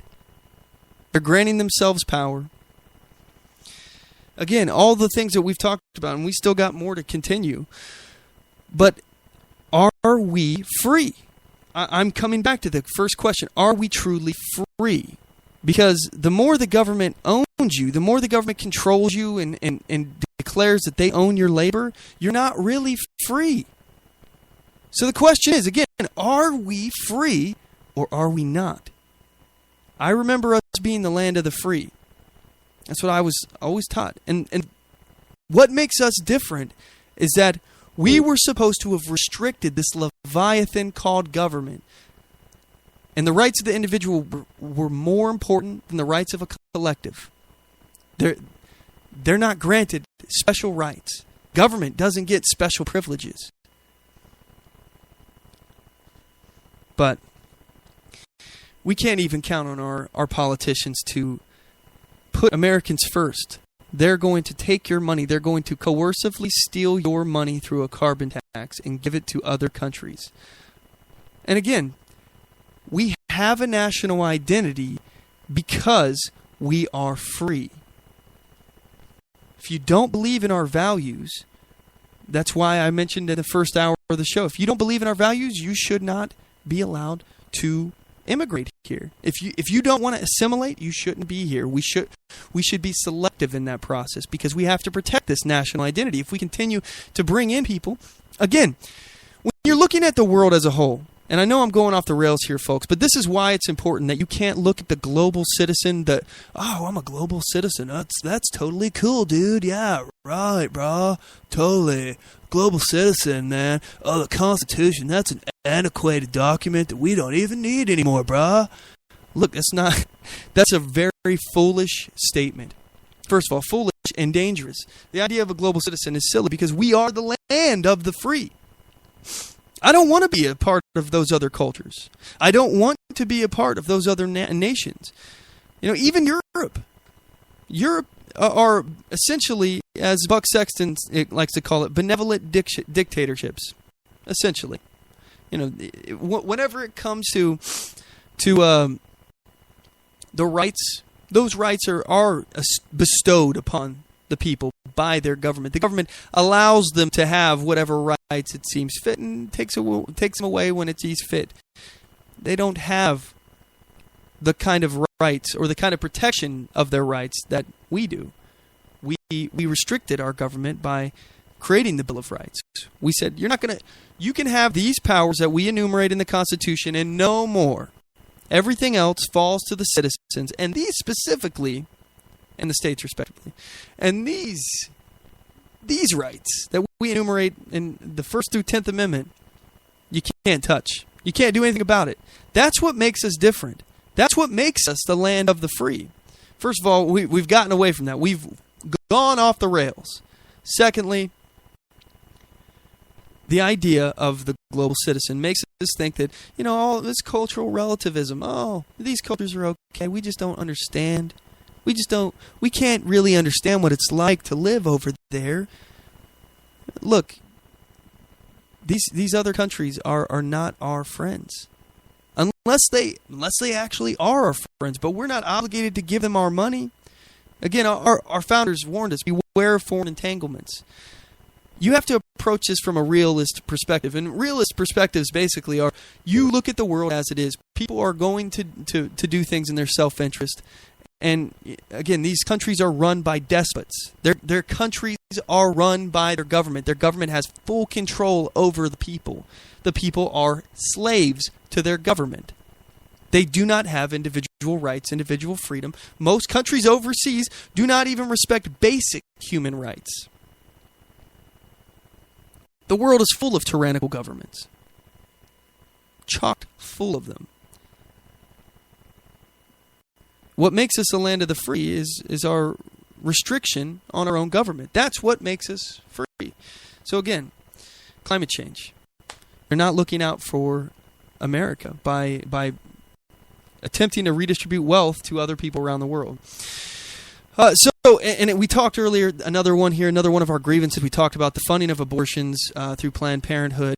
Again, how would the left feel if we forced them to pay for us to get guns? Like if we passed some kind of bill that made every citizen in America, if you wanted a free gun, you could get it. All you had to do was show up at a government building. They'll give you a free gun. Government paid. Taxpayer paid for. How many leftists would be freaking out because their tax money is being used to fund something that they have a moral and fundamental disagreement with?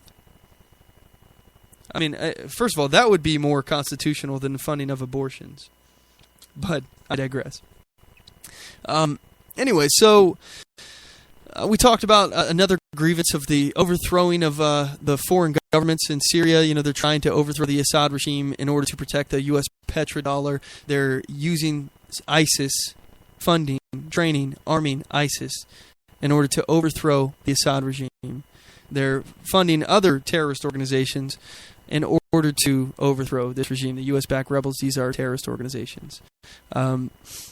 So, again, we're involved in this process. This is another one of our grievances. Also, the act of enhanced interrogations that we've been performing. Look, you have the right to remain silent unless it's suspended and they waterboard the hell out of you. And then they get the information. They squeeze the confession out. What if you're on the no-fly list? You're on the no-fly list. Hey, we really need to know what you know. We need you to confess here. Go to waterboard you. What's the Fifth Amendment? Look, completely violates the Constitution. Waterboarding, enhanced interrogation, however you want to clean that up. Completely unconstitutional. This government is running amok. They've passed things like the Patriot Act and the National Defense Authorization Act that are chock full of violations of the Constitution. Every single one of these people have violated the Constitution that have voted for these. They're regulating our industry to death. They are stealing your labor to give to other people in order to, one, protect the environment. Again, I'm not against the environment, but I am against stealing your money. I'm against restricting industry, which, by the way, is producing things. That's the way you make wealth. That's how you make wealth. There's no ifs, ands, or buts about it. You either make a good or a service. That's how you create wealth. And the government would have you believe that you can just add zeros to bank accounts, digitize like the Fed's doing, and they're creating wealth. And we're going to get to that process in a minute, actually. But in addition to regulating our industries to death, making it so it's impossible for companies to hire American workers or American workers to be competitive in the job market because they no longer have the right to contract, to be able to decide what they're willing to work for and what they will not. They have all these mandated programs that are required for the employer to provide for them in addition to a minimum wage. Again, all of these things are regulating an industry to death and destroying the economy. On top of that, they're importing foreign workers who, as I mentioned with these work visa programs earlier in the first hour, these work visa programs, these foreigners are coming in to do jobs that Americans will do. Not that Americans won't do, but that Americans would do. But they're using the foreign workers, to to work cheaper than Americans can legally work because they're getting paid the same rate that they would be in their own country. How can Americans compete with people who are used to getting paid the same wages that they are in China, but they're here doing an American job? We have no right to contract, so we can't even underbid them. I mean, we do have the right. The government just doesn't recognize it, and they usurp that right. In addition, not only are they stirring up the pot, all the stuff that's going on in the Middle East, they're funding, arming, and training these terrorists. All that they're doing, they're leaving the borders wide open. They have no interest in securing our border, and they're bringing refugees in without proper vetting. Because, first of all, these administrations that are doing the vetting, first of all, they're not able to do as good of a job as like the CIA would be, and even the CIA says that they have trouble determining friend from foe in the vetting process. They have issues, and they're not even going through the amount of scrutiny that they would be getting through the CIA. These are new people. These are administrations that aren't used to dealing with this. And for example, let me just point out a quick example: the terrorist who was involved in the San Bernardino, California shooting, the female, she was here on a fiancé visa. She already was vetted. She was vetted, and first of all, they missed the fact that her name is a nom de guerre for a Islamic king or something King Malik, I think, or Malik Tashfin. He's a king Tashfin that basically defeated Christianity, and it's symbolic of defeating Christianity. So the name is fake. It's obviously a fake name. But she managed to get through the visa background check process. She was vetted. She was terrorist. So we already know that they're not good at vetting him. They have no obligation to protect us either. Keep that in mind. But they're talking about bringing in more refugees without the proper vetting, or from areas that are known to harbor terrorists, like Syria. Unbelievable. Look, we're not the world soup kitchen. You do not have a right to come here. American security should be put first. I understand wanting to help people. Believe me, I do. If we had a way of determining from foe guaranteed, then yeah, bring them in. Bring as many in as we can assimilate. Bring the ones in that actually want to assimilate. Bring the ones in that want to be Americans. You don't want to be American? You don't have a right to come here. You don't. We don't want you. If you don't want to conform to our values, our beliefs, I'm not saying you have to abandon your religion. I'm not saying that we have a state religion. You've got to be a Christian. No, I'm not saying that. I'm just saying that if you believe in the literal interpretation of the Hadith and the Quran, that's not consistent with American values, and you don't need to be here. Because you believe in the subjugation of 50% of the population. You believe in treating women as property. You believe in that, and you believe that you can kill infidels and apostates. That's not consistent with the Constitution. That's not consistent with our values. You don't need to be here. And we don't need to let you in. You don't have a right to come into the country. But again, our government is leaving us wide open to attack. Additionally, more grievances. They're stealing American wealth through QE, the quantitative easing programs. Essentially what they're doing is they're inflating our money. They're devaluing the dollar. So every dollar that you have in your bank account is actually worth less than it used to be because they're making it worthless. Worth less and less and less. Eventually it will be worthless. It'll be worth nothing. It won't even be worth the paper it's printed on. But again, this is all a hidden tax. It's a way that they can continue to steal money from you. By controlling the money supply, they can continue to steal money out of your pocket, essentially, is what it is. And before we end the second hour here, I just want to mention one of an interesting topic that we're about to get into here. Another grievance that we're going to get into is the use of drone strikes. They have used drone strikes to literally, I'm not joking here. They have not even just the thousands of people that have died in drone strikes. All right, they just have been executing people in foreign countries that are undeclared war zones. Thousands of people have been targeted in areas that are not considered war zones. So we're just attacking countries in undeclared wars all the time. Undeclared strikes. These are complete acts of aggression without any declaration of war. We're attacking foreign countries, killing people. Thousands of them. Over 2,000 people have been killed in drone strikes in areas outside of a war zone. But in addition to that, they have also killed American citizens. I just want to say that again. They've killed American citizens. We're going to get to that here when we come back from this break. Anyway, we're going to be entering into the third hour. This is going to be the overdrive hour, so I really do appreciate you all sticking with me. If you guys have anything you want to add, please get me on Twitter at OnTheMoveShow. You can get me on Facebook, facebook.com/OnTheMoveShow, or you can give us a call, 360-450-5625. We'll be right back.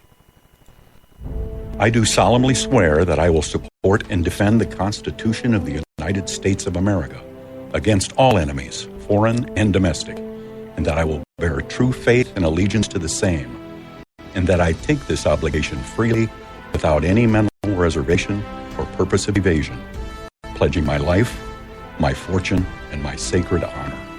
So help me God. Join us at oathkeepers.org.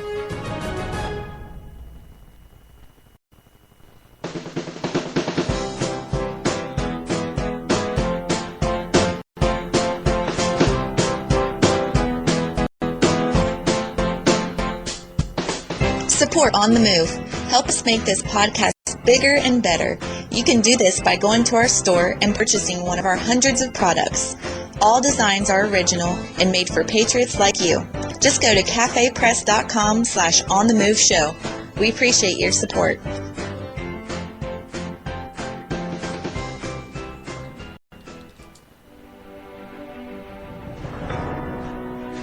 Hi, I'm Latasha Worley, and I work with candidates to creatively and effectively communicate their message to voters. I offer professional graphic design services from yard signs to flyers, from logos to vehicle magnets. Email me today at latashaworley@gmail.com. That's LATOSHA Worley@gmail.com for a quote on items for your campaign.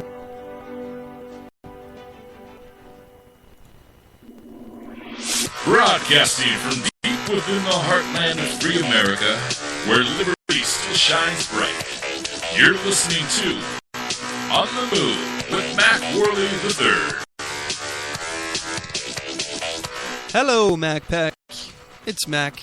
I'm back.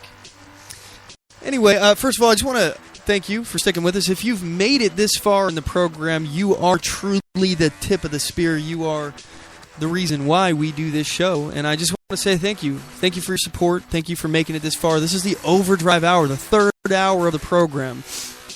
If you're listening right now, you're the core. You're the crux of why we do this, seriously. And I really do appreciate you guys. You know, this is episode 101. I wasn't here last week.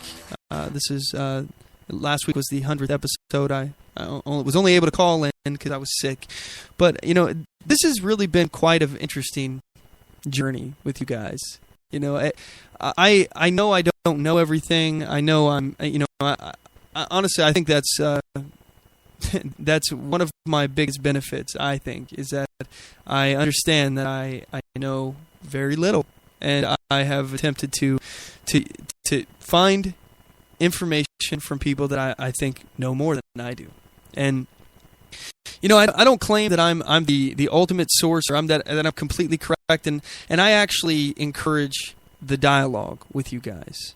I try to find what is moral. As I said at the beginning of the show, I try to find what is moral, and you know, that's why one of the reasons why I'm fascinated with religion. I'm not religious myself, but I want to look at what they say is moral. What's moral to them? How do they be moral people? How do they guide themselves? Because, you know, ultimately, you have to decide what kind of person you're going to be. You know, you have to decide for me, you know, what kind of man am I going to be? Am I going to be a moral person, or am I going to be an immoral person? And, you know, if you don't have moral values, if you haven't thought about morality, you're not giving yourself anything to have a foundation with. I think for me, morality is my foundation. A lot of people have a foundation in religion, and that's fine. I'm happy to talk to people about religion.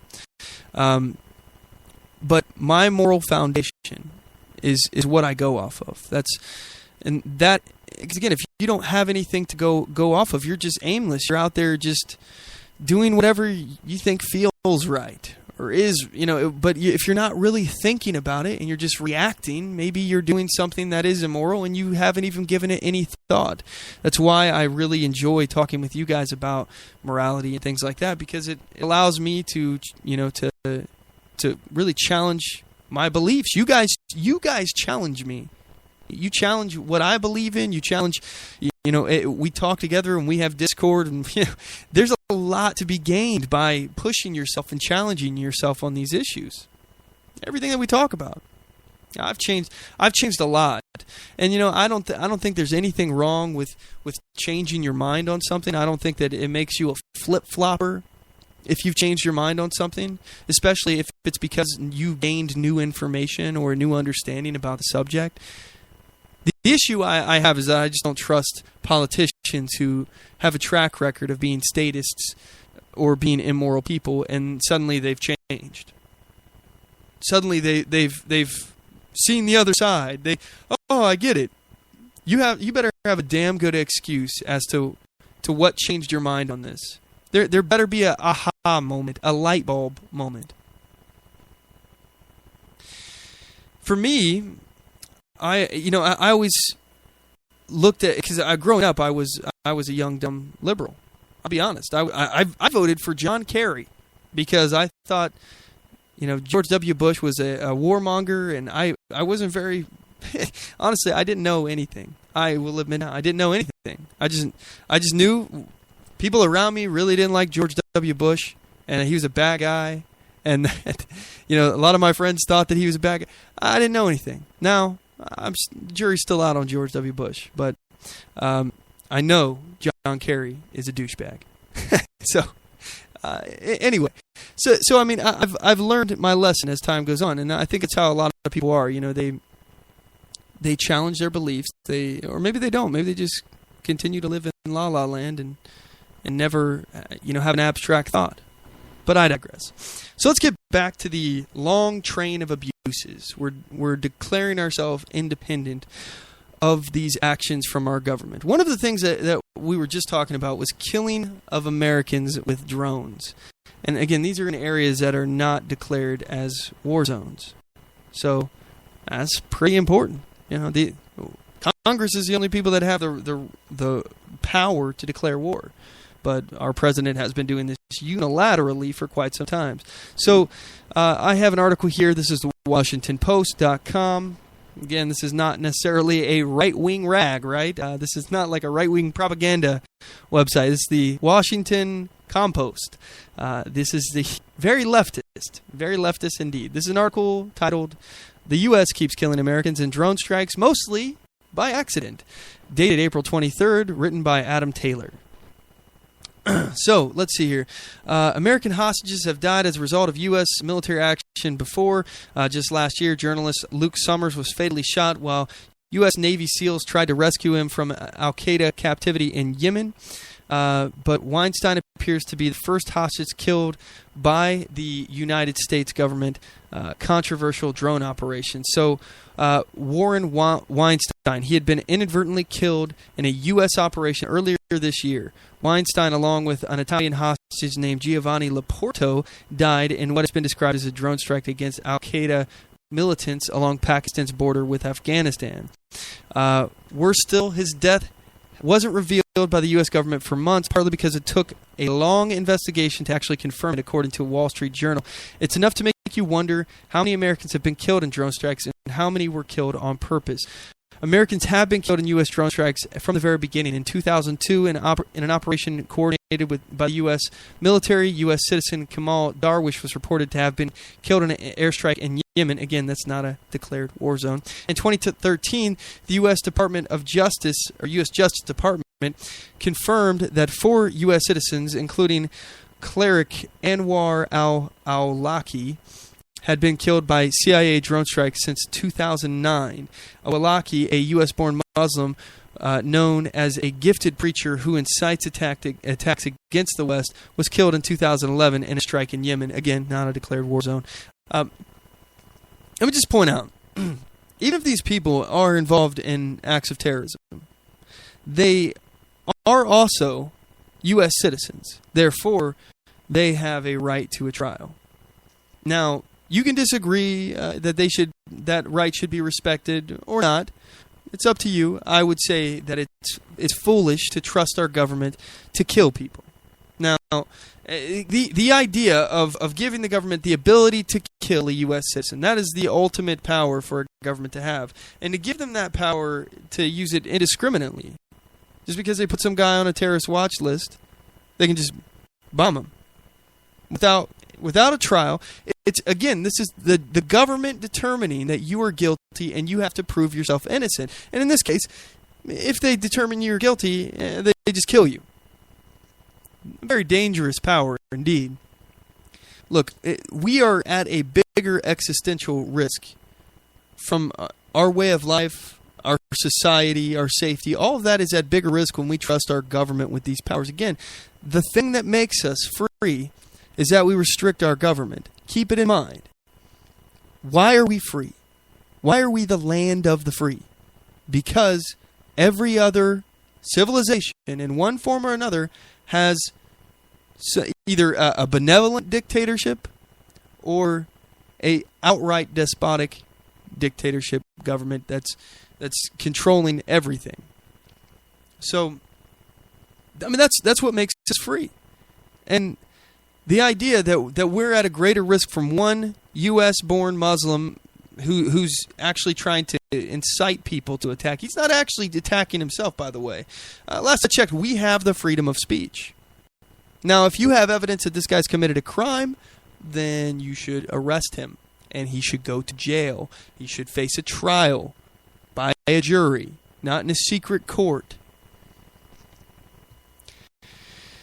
You know, I think there's nothing wrong with housing them in Guantanamo Bay.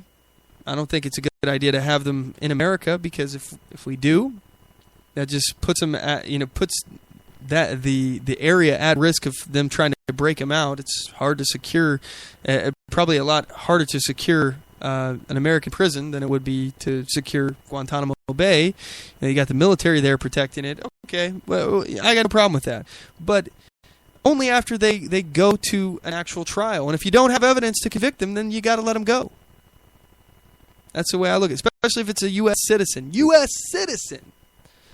I don't think that we should allow our government to keep people in Guantanamo Bay that they have no evidence to convict them on either, even if they're not U.S. citizens. Because if you allow your government to disrespect the rights of other human beings around the world, especially in such an egregious way of waterboarding, enhanced interrogation, detaining them, or keeping them jailed without a trial indefinitely.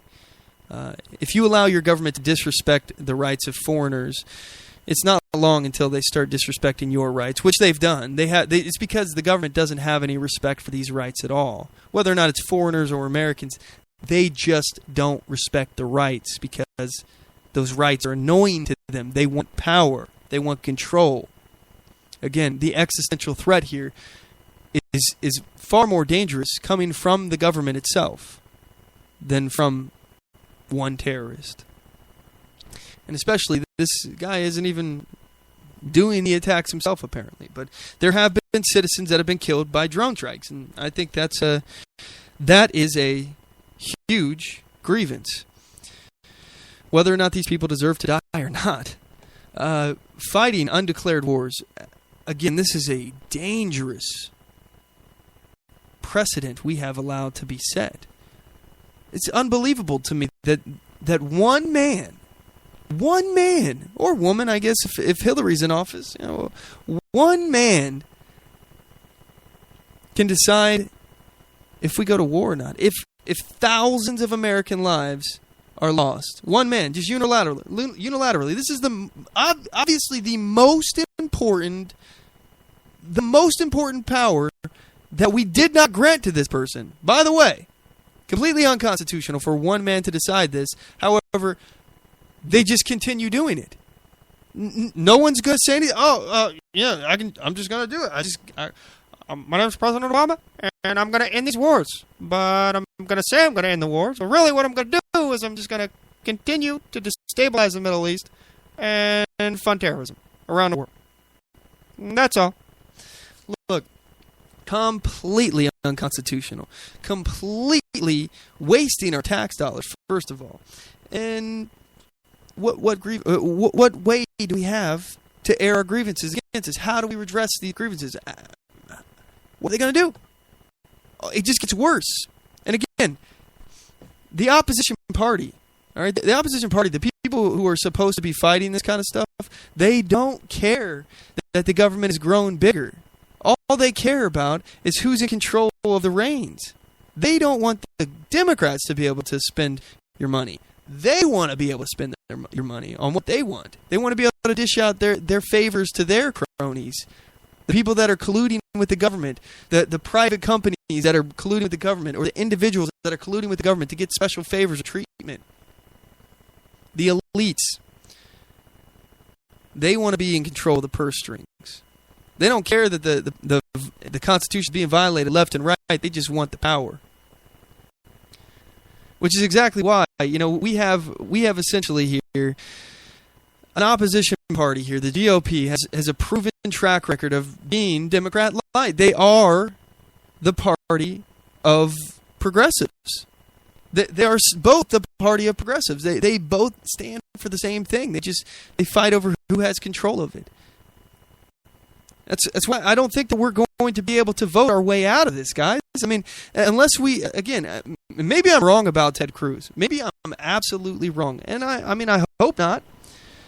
But as it stands, he seems like the only choice to shake the system up. Even his own party doesn't like him, which makes me like him more. He's got a proven track record of standing against these people. I mean, if you don't support Ted Cruz, I would ask you why. Really, why? What is it that you got against him? I'd like to have that conversation with you. Get me at Twitter, OnTheMoveShow on Twitter, at OnTheMoveShow. Or you can call us 360-450-5625. I'm happy to talk to you about this. But I don't think that even voting for him is going to change any of this stuff, because the system is going to collapse. This house of cards is going to fall down. This cultural fight that's going on between the inner city and the countryside, it's going to come to a head no matter what. I think it's going to be because the system's going to collapse on itself. I think the only way that this system survives, this government doesn't fully reset, is if we actually go back to our core values. The opposition party actually begins to oppose big government and is willing to shut down the government, because it's a victory either way. Even if we shut down the government and shuts it all down, we're still winning. We're not paying for all this crap. Every day that this government is shut down is a good day. That's a victory for small government conservatives or libertarians. That's a victory. If the Democrats don't want to fund, the VA, well, that sucks. I mean, that really does suck. But you know what? That'd be their decision, and they're the ones that are going to have to defend it when we tell the American people, look what they're not. Yeah, we're not going to fund Planned Parenthood, but they're not going to fund the VA. So, we make our case. We haven't made our case. We have not made the case. It's unbelievable. Give up at every turn. Don't make your case. Cower in fear. Again, they don't want to fight. They just want to stay in power. They want to do the least amount of stuff possible in order to risk any kind of blowback. Cowards. It's gonna bite them in the butt in the end here. But anyway, okay, some more grievances here. The here's a good one. The government has used the IRS to target a political opposition party, the Tea Party, during an election year. And this just in, no charges for Lois Lerner. Again, we knew this was going to happen. She was literally targeting the Tea Party. And then she lost all of her hard drives. All of those crashed, every damn one of them. No charges.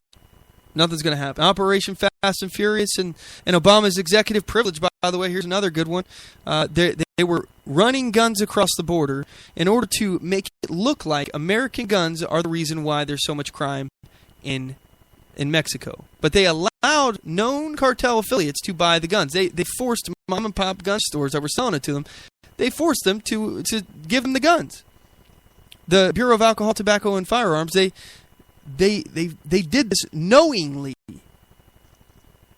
They not only did they put American lives at risk, but they are responsible for the death of Border Agent Brian Terry and hundreds of Mexicans, if not thousands by now.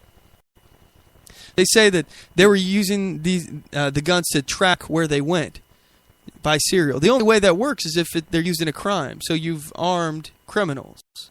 Again, our government is a criminal organization. The criminals and terrorists that they claim to be protecting us from, they're funding and arming. Who are the criminals and terrorists, I would ask you?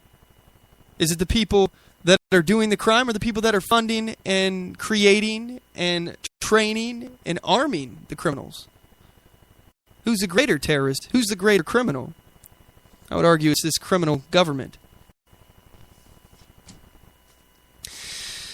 No charges for Eric Holder. He's the first Attorney General to ever be held in contempt of court.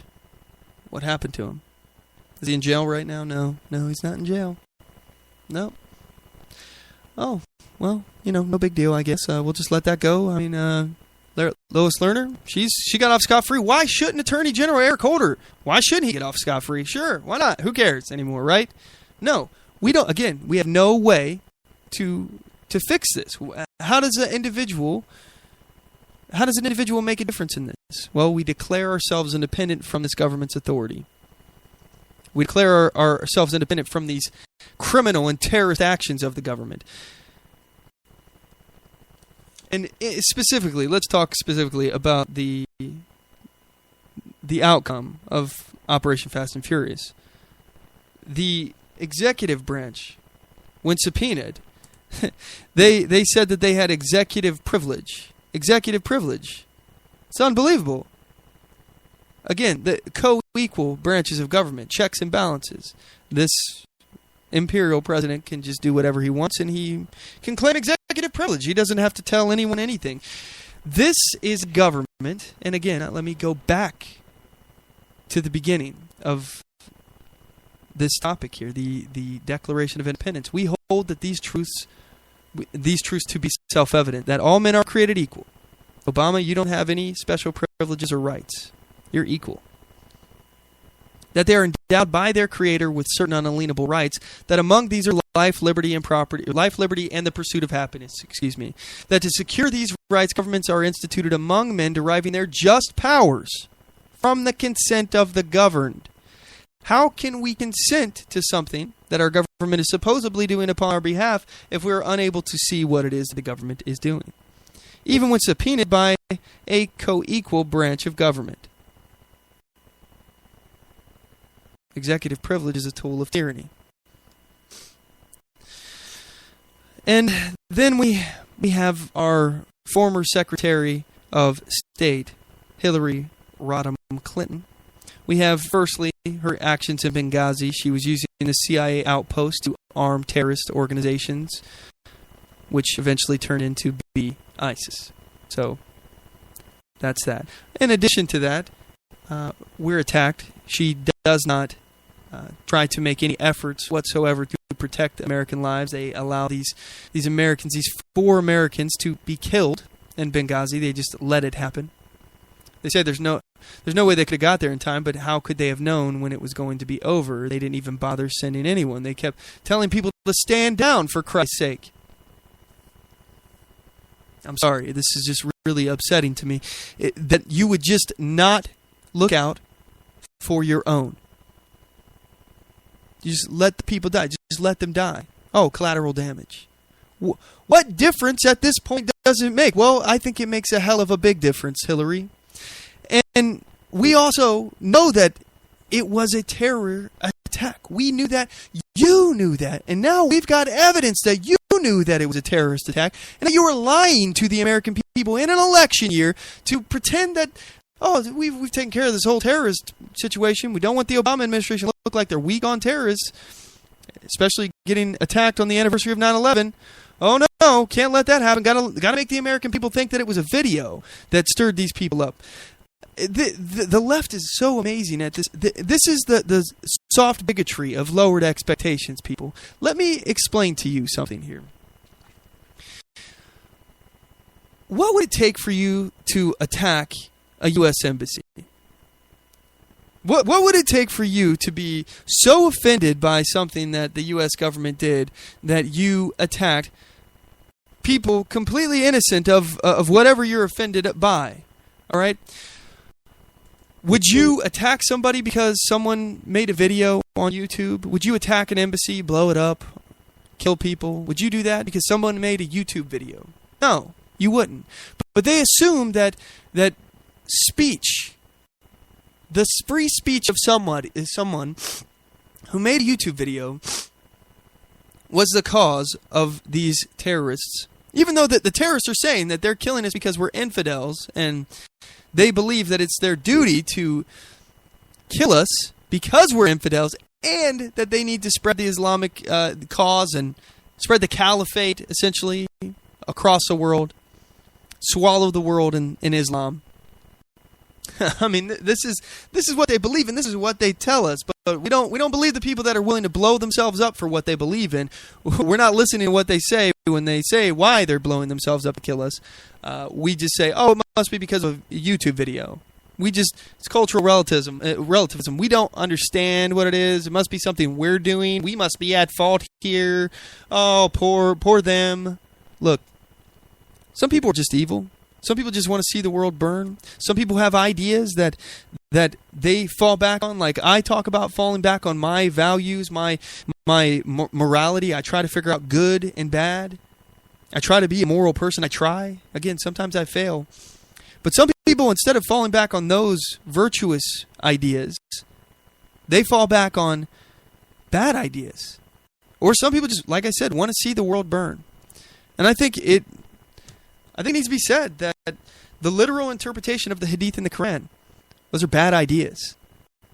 An idea that perpetuates enslaving 50% of the population is bad. The idea that says that you have a right, no, an obligation to kill people that don't believe the same bad ideas that you do. Nah, I think it's a bad idea. I think some ideas are better than others, and cultural relativism is a bunch of crap. It's where I stand. But as far as the emails, we got a hold of her private email server. We know that she sent hundreds, maybe thousands, and maybe even thousands now. I'm not sure. I know it's hundreds at least of classified emails. Completely illegal. That would have been something that the average citizen was in jail. But because Hillary's an elite, no. She does not even have any charges against her. They're investigating. Nothing's going to come of it. Guarantee you that. I will bet anything. There's no way any charges are going to come to Hillary Clinton. There's no way. Because the Justice Department is ultimately going to be the ones who decide if she gets any prosecution, if she has any charges against her. And it's the Obama-led Justice Department. It's not going to happen. Not going to happen. So anyway, but inside the email, we also got a letter that Hillary sent to her family. I believe it was her daughter, saying that we know this video is not it. It was a terrorist attack. But then she continued to perpetuate the idea that it was this video. She lied to the American people again as a way to obfuscate the weakness of the Obama administration on terrorism and the fact that they were funding and creating ISIS in the process and giving them arms in Benghazi. Again, it does matter. She says, what difference does it make? It does matter. It does make a big difference. We want to know the truth. But again, another grievance we have is the tyranny of prosecutorial discretion. Hillary will never be prosecuted for this. Neither will Eric Holder. Neither will Lois Lerner. The elites are protected from their illegalities. We cut off the head of the Hydra. We fire some of these people. It doesn't even matter. Another one grows up in its place. Maybe two. The Leviathan keeps getting bigger. We elect people that are supposed to fight it. and they are part of it. We're not going to vote our way out of this, gang. This is going to blow up. And again, I don't think that we should take up arms against our government. I think that the system is unsustainable. Eventually, we're either going to hit the Laffer curve and we're going to throw everyone off of our backs, or the whole system's going to come crashing down around us and we're going to have to try to survive. We'll be back after this break. I have a few more grievances that we're going to get to. I'm going to leave you with my final thoughts unless you guys have anything else that you'd like to say. So, anyway, don't go anywhere. We'll be back in a minute. Oath Keepers is a nonpartisan association of current active duty military, reserve, guard, veterans, peace officers, and firefighters who will fulfill the oath we swore, with the support of like-minded citizens who take an oath to stand with us, to support and defend the Constitution against all enemies, foreign and domestic. So help us God. Join us at oathkeepers.org.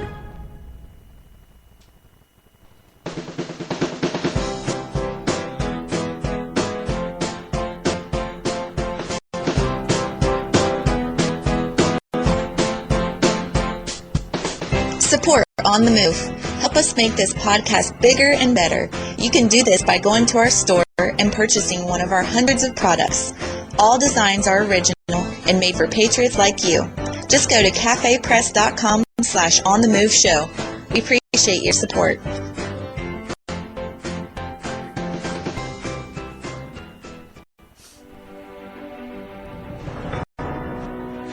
Hi, I'm Latasha Worley, and I work with candidates to creatively and effectively communicate their message to voters.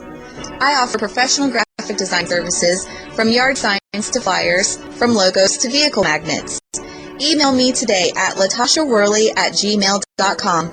That's LATOSHA Worley@gmail.com for a quote on items for your campaign.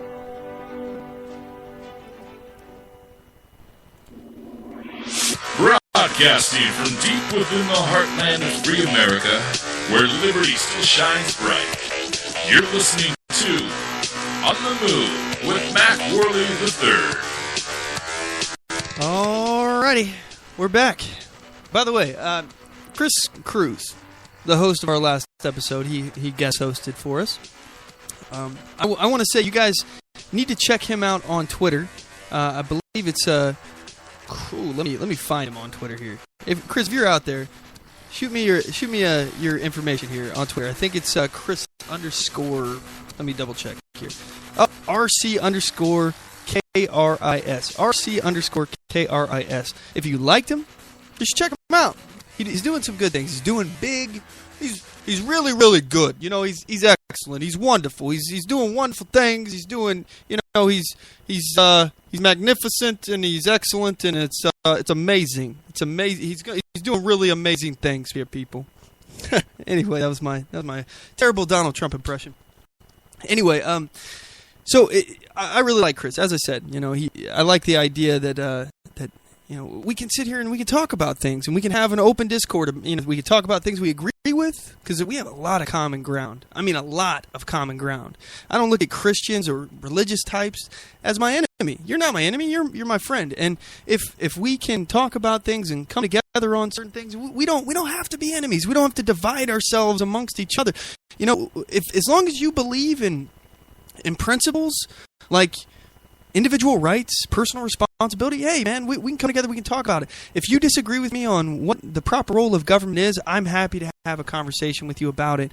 And, maybe I'll challenge you on where you stand. Maybe you'll change your mind, or maybe you'll change my mind. Maybe. Who knows? But we'll never know unless we don't talk about it.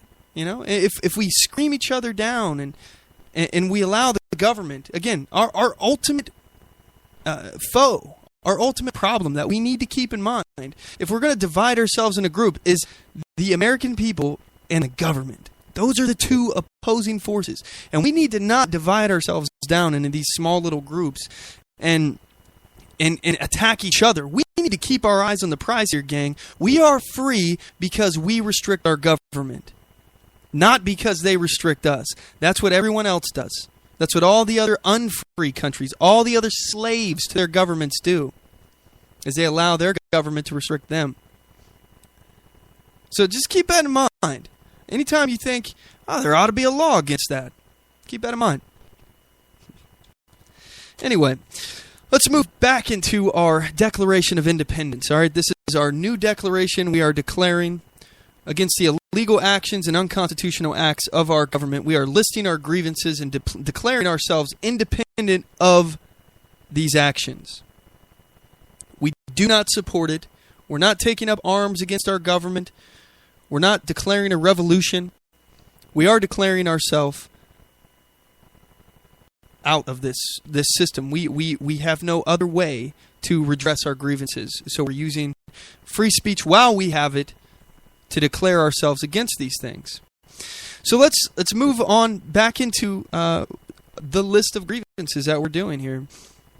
I want to talk about free speech zones. I mean, this is simple, absolutely simple.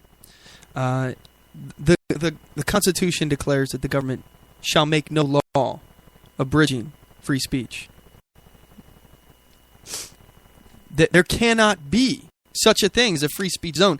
The entire United States of America, as is so eloquently argued by so many, is a free speech zone. The entire country. The idea that you can take somebody and put them in this little area, especially in a public space. Now, granted, let me put this out here. If this is a private property, you don't have a right to trespass on somebody's private property. You don't have a right to interrupt somebody in a private area, which is all the more reason why public areas should be very, very limited. We shouldn't have very many public areas because there's really, first of all, no need. Most of this stuff can be done privately. By creating more public areas, all we're doing is unnecessarily giving these over to the government and increasing our tax burden. And again, the more tax burden they have, the heavier your chains are, your shackles are to this government. Your ultimate goal, again, if we're dividing ourselves, is protecting the citizenry from the government. Governments are evil. Literally evil. They have killed more people in the last century than any other unnatural force on earth. We're talking millions of people. Just in China. I want you to... The Maoist revolution, the Great Leap Forward, as they like to call it, they ironically nicknamed the Great Leap Forward. They killed millions. Millions of their own people. Because, first of all, they seized the land from farmers to redistribute the land to people that they determined were more worthy. And as a result, they killed millions of landowners. Then in addition to that, the worst part about that is the resulting famine that occurred. I believe it was like 25, 30 million people that died in the Great Leap Forward as a result of the government. That's just China. Governments are evil. Governments are, honestly, evil may be a stretch. They're amoral. They have no morality. The only thing they care about is growing and getting bigger, and they do that by stealing your labor. It is a parasitical relationship, and you should want, let's look at it as like cancer. You'd want as little cancer as possible, right? I mean, hopefully we could get rid of the cancer, but there's certain things that a government is good for. And one of those things is resolving disputes. That's one good thing. Just resolving disputes. Second good thing is controlling immigration and securing the country. Those are good things, all right? Relations with other countries, essentially. So, as long as you keep it to just those things, and you limit what the government can do, you shouldn't have a problem. But the problem is the government. And we have to understand that. Controlling free speech in public areas is unbelievable, especially if it's public. If it's a public area, you funded that place. It's taxpayer funded. You pay taxes, and portions of your taxes go to that place.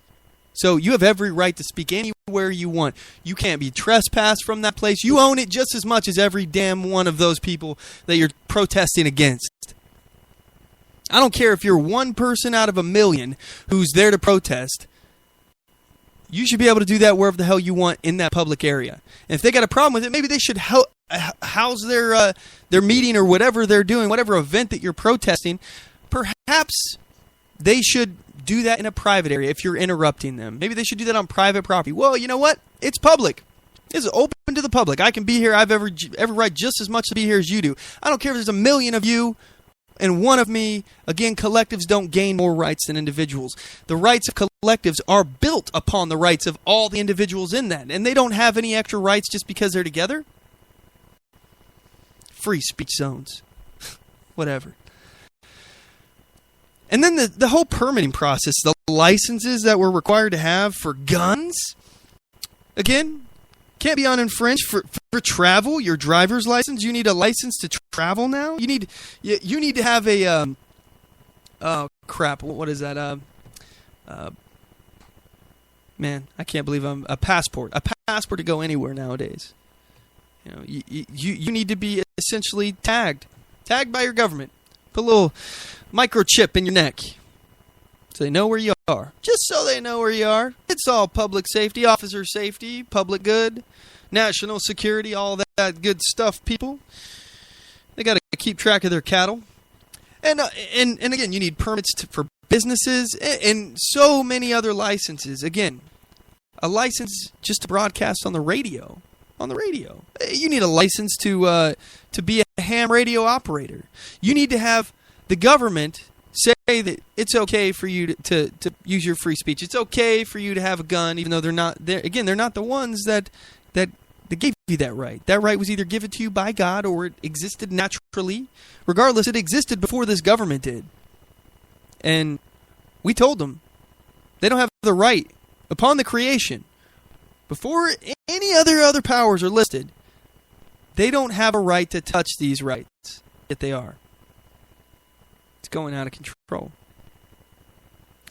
The whole entire idea of a license is simply turning a right into a privilege. The government decides who to bestow that right upon and who doesn't. They have completely violated the Constitution and usurped that power. Absolutely unbelievable. How do we do anything about it? What do we do? Are we free? Are we free? Are we the land of the free anymore? I would argue we're at some really big risk here of losing that title. What separates us anymore from the land of the free and everyone else? What separates us from everyone else? Our government is doing things that they're never authorized to do. They've stolen authority that they were never granted. Again, their power is given to them by the consent of the people. We don't even know what the hell they're doing. How can we consent to it? How many of you consent to this? If you had a choice to get a license or not to get a license, would you do it? Would you get a license? Would you submit to get a license if it was a choice? Of course you wouldn't.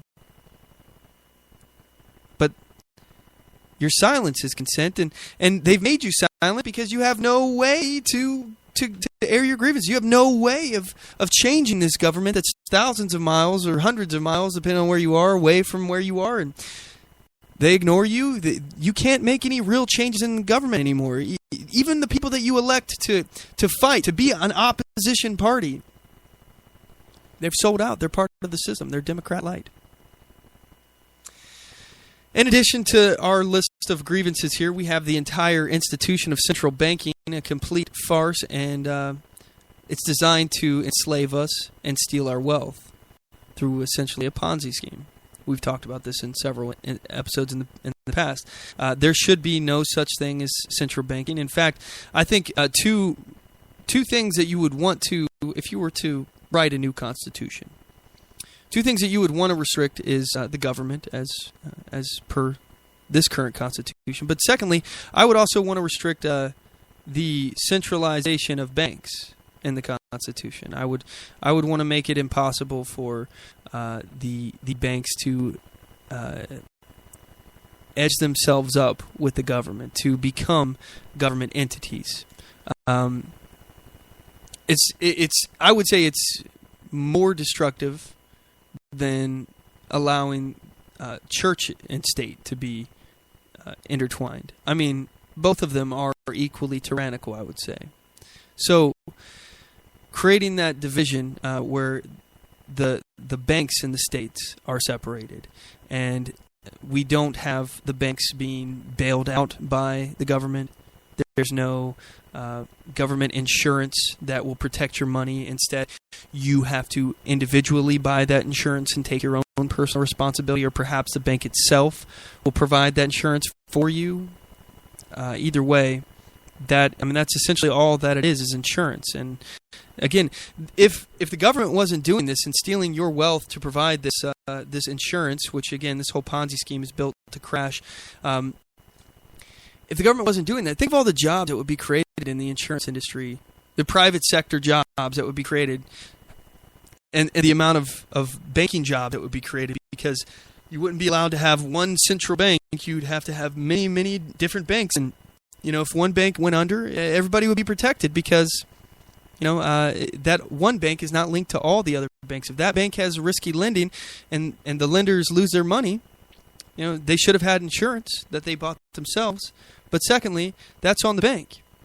So I digress. Let's talk about the failed war on drugs. They seem to think that they can regulate what you put in your body. Nowhere in the Constitution grants them this authority, but they seem to think that the government can regulate morality, which is hilarious because, as I said, the government is amoral. Government kills more people than terrorists and criminals combined. So who is the terrorist? Who are the criminals? I would argue the government. You can't trust them. You can't trust them to tell you how to live your life, to tell you what's best for you, to look out for your best interest. They cannot be trusted with this responsibility or power. And then the last grievance that I have listed here, and it only took me a couple of minutes to write these out. I'm sure you guys have plenty more, is the purposeful weakening of our military and the purges of leadership that disagrees with this administration. They are leaving us vulnerable to attack. I heard the other day a news story that the Air Force is literally running out of bombs. You've got to be kidding me. We're running out of bombs? The world is on fire right now, folks. I don't know if you've been paying attention. We got a lot of tension building up between a lot of countries. They're talking about another World War III, which, by the way, our government's trying to set off. They're involving us in Syria. They're leaving the door open here. They just said, by the way, that Assad can stay. Assad can stay. Don't listen to what they're saying. They are still funding terrorists to overthrow Assad. And they're leaving the door open here at home for us to be attacked, to cover up the economy that is going to crash because they've artificially stimulated the economy through propping it up through QE1, 2, and 3. I'm not even sure. Maybe they did 4 as well. But they've done a lot of quantitative easing where they pump billions and billions and billions of dollars into the stock market to artificially stimulate it and inflate it. That way the billionaires can pull their money out of it and they don't lose a dime when this whole system comes crashing down. That's what that is. That's all it is. It's designed to cover up the people pulling out their money so that these billionaires and elites can make money on the new Ponzi scheme and invest in that when the time comes, and they're not going to lose a dime when this comes crashing down. They've already incrementally, again, very small amounts, I think it was like 0.25% or something like that, the interest rates went up. It's going to cause the economy to collapse slowly, but it's very, very slow. It's going to cause the housing market to collapse, the stock market to collapse, the auto loan industry market going to collapse eventually. But they're going to cover that up with a planned crash, as they're doing right now, and they're going to cover up that crash with a terrorist attack that they're allowing to happen because they've armed, trained, funded these terrorists overseas, and they're leaving us completely vulnerable here to attack while they're talking about bringing refugees here. I mean, it defies logic. It's unbelievable. This is purposeful and intentional, and in the process of all of this, they're intentionally weakening our military. They're intentionally removing people who are dissenting voices from the military that disagree with this administration, the Obama administration.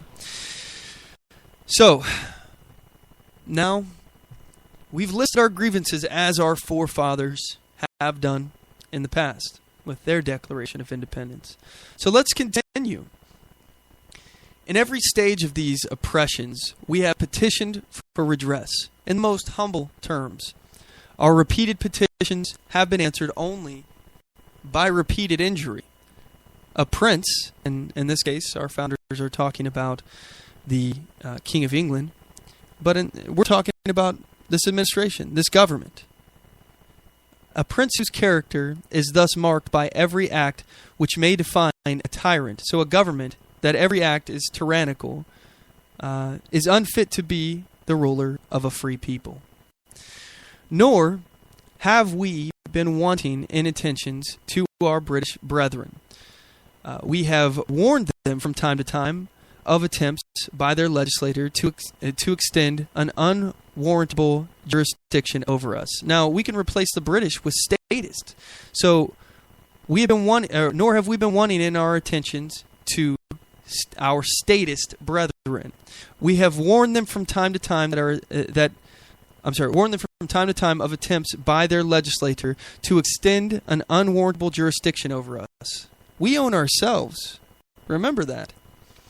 We have reminded them of the circumstances of our immigration and settlement here. We have appealed to their native justice and magnanimity, and we have conjured them by ties of our common kindred to disavow these usurpations, which would inevitably interrupt our connections and correspondence.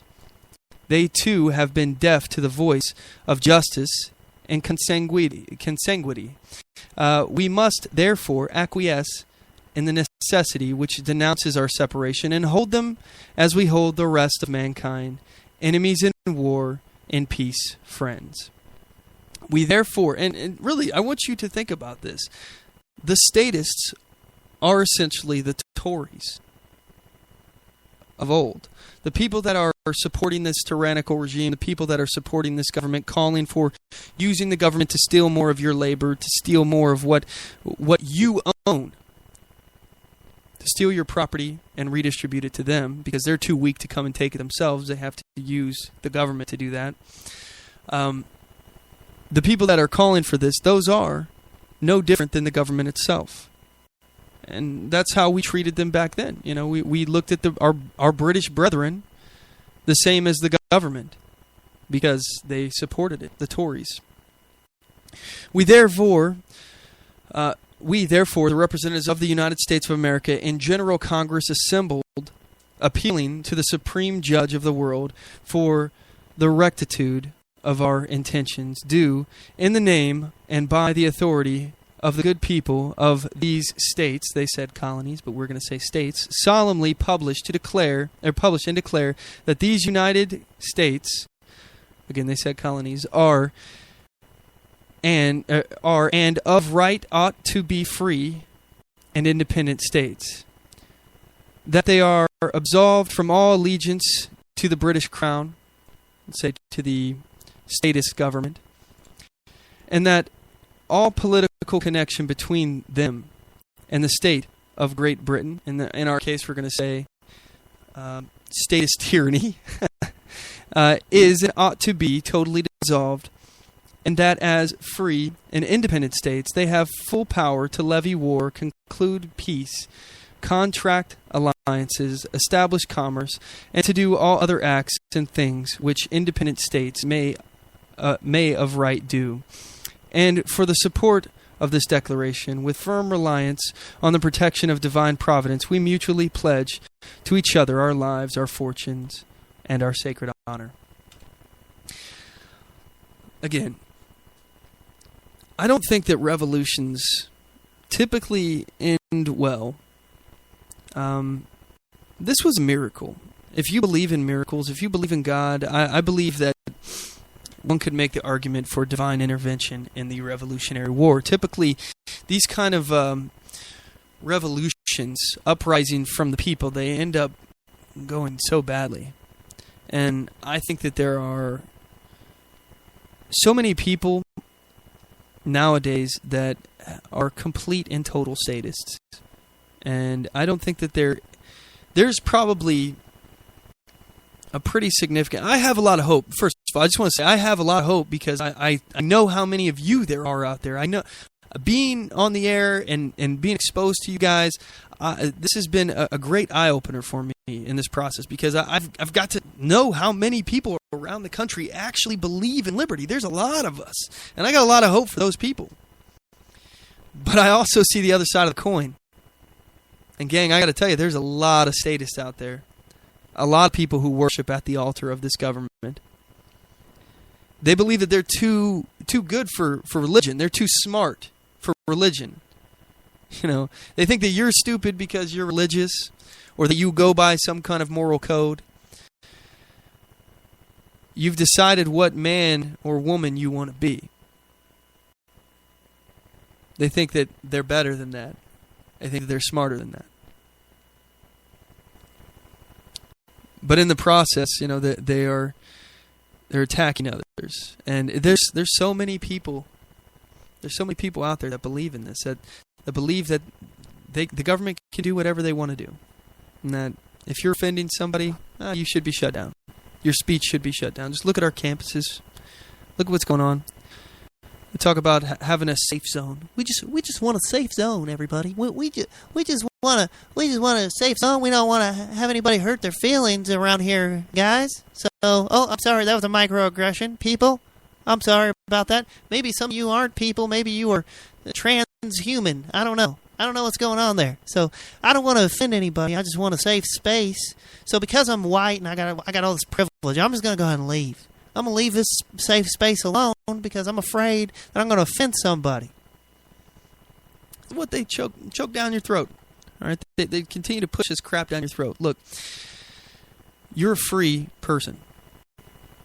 You are no better and no worse as far as your rights are concerned than anyone else. Now, what you choose to do, what your actions are, what your merits are, the beliefs you hold, you know, the actions you take, these are the things that separate you from people. Again, you are equal in rights, but not everyone is actually physically equal. No, not everyone is actually equal. You know, that you can't control the finish line. All you can do is make sure that everyone starts at the same position. And what you do, the choices you make, how hard you're willing to work, and how much luck maybe you have in the process, that'll determine where you end up.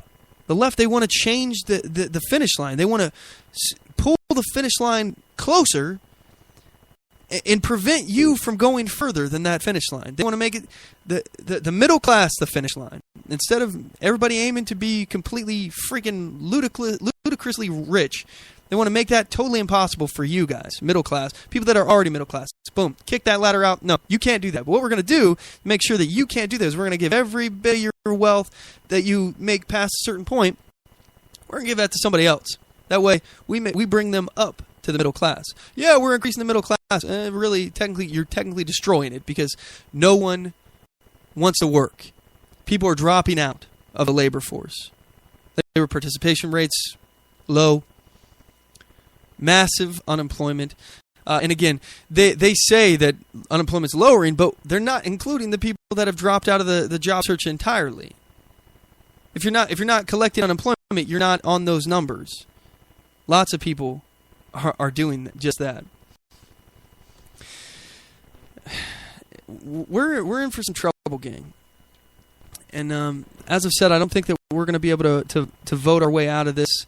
You know, you either believe in self-interest, the ability of people to do what is in their best interests, or you are afraid of it. And that's what progressives are. The party of death. This is progressivism. It kills. You know, the idea that you are entitled to someone else's work, the idea that you can give power to the government and it will not end tragically, even though historically it's proven that it has always ended badly. The Democratic Party is the party of death. And the idea that you can stop people from exercising their self-interest, doing what is in their own best behavior, you can somehow prevent that using governmental force, is unreal. It's unbelievable because, first of all, you can't. You'll never succeed at restricting free will. All you're going to do is to spin everything out of control, to create underground black markets, to have unintended consequences. The best thing that you can do is to allow people to use their own self-interest and make sure everyone has equal protection from government. Because that's ultimately where the problem lies. That's our biggest danger to our society. Anyway, we're going to go ahead and wrap it up. I really do appreciate you guys tuning in. We didn't have time to get into media bias being a good or bad thing. We'll get to that next week. Check us out on our website. If you made it this far in the program, please follow us on Spreaker.com/OnTheMoveShow. You can follow us every week at OnTheMoveShow.com. That's our hub. That's where we got our main stuff going on every week at. We broadcast every Sunday at 5 p.m. Pacific Standard Time. That's 8 p.m. Eastern Standard Time. At our website, OnTheMoveShow.com. Like us on Facebook.com/OnTheMoveShow. Follow us on Twitter.com/OnTheMoveShow. And subscribe to us on YouTube.com/OnTheMoveShow. And as always, know your rights, assert your rights, and get on the move.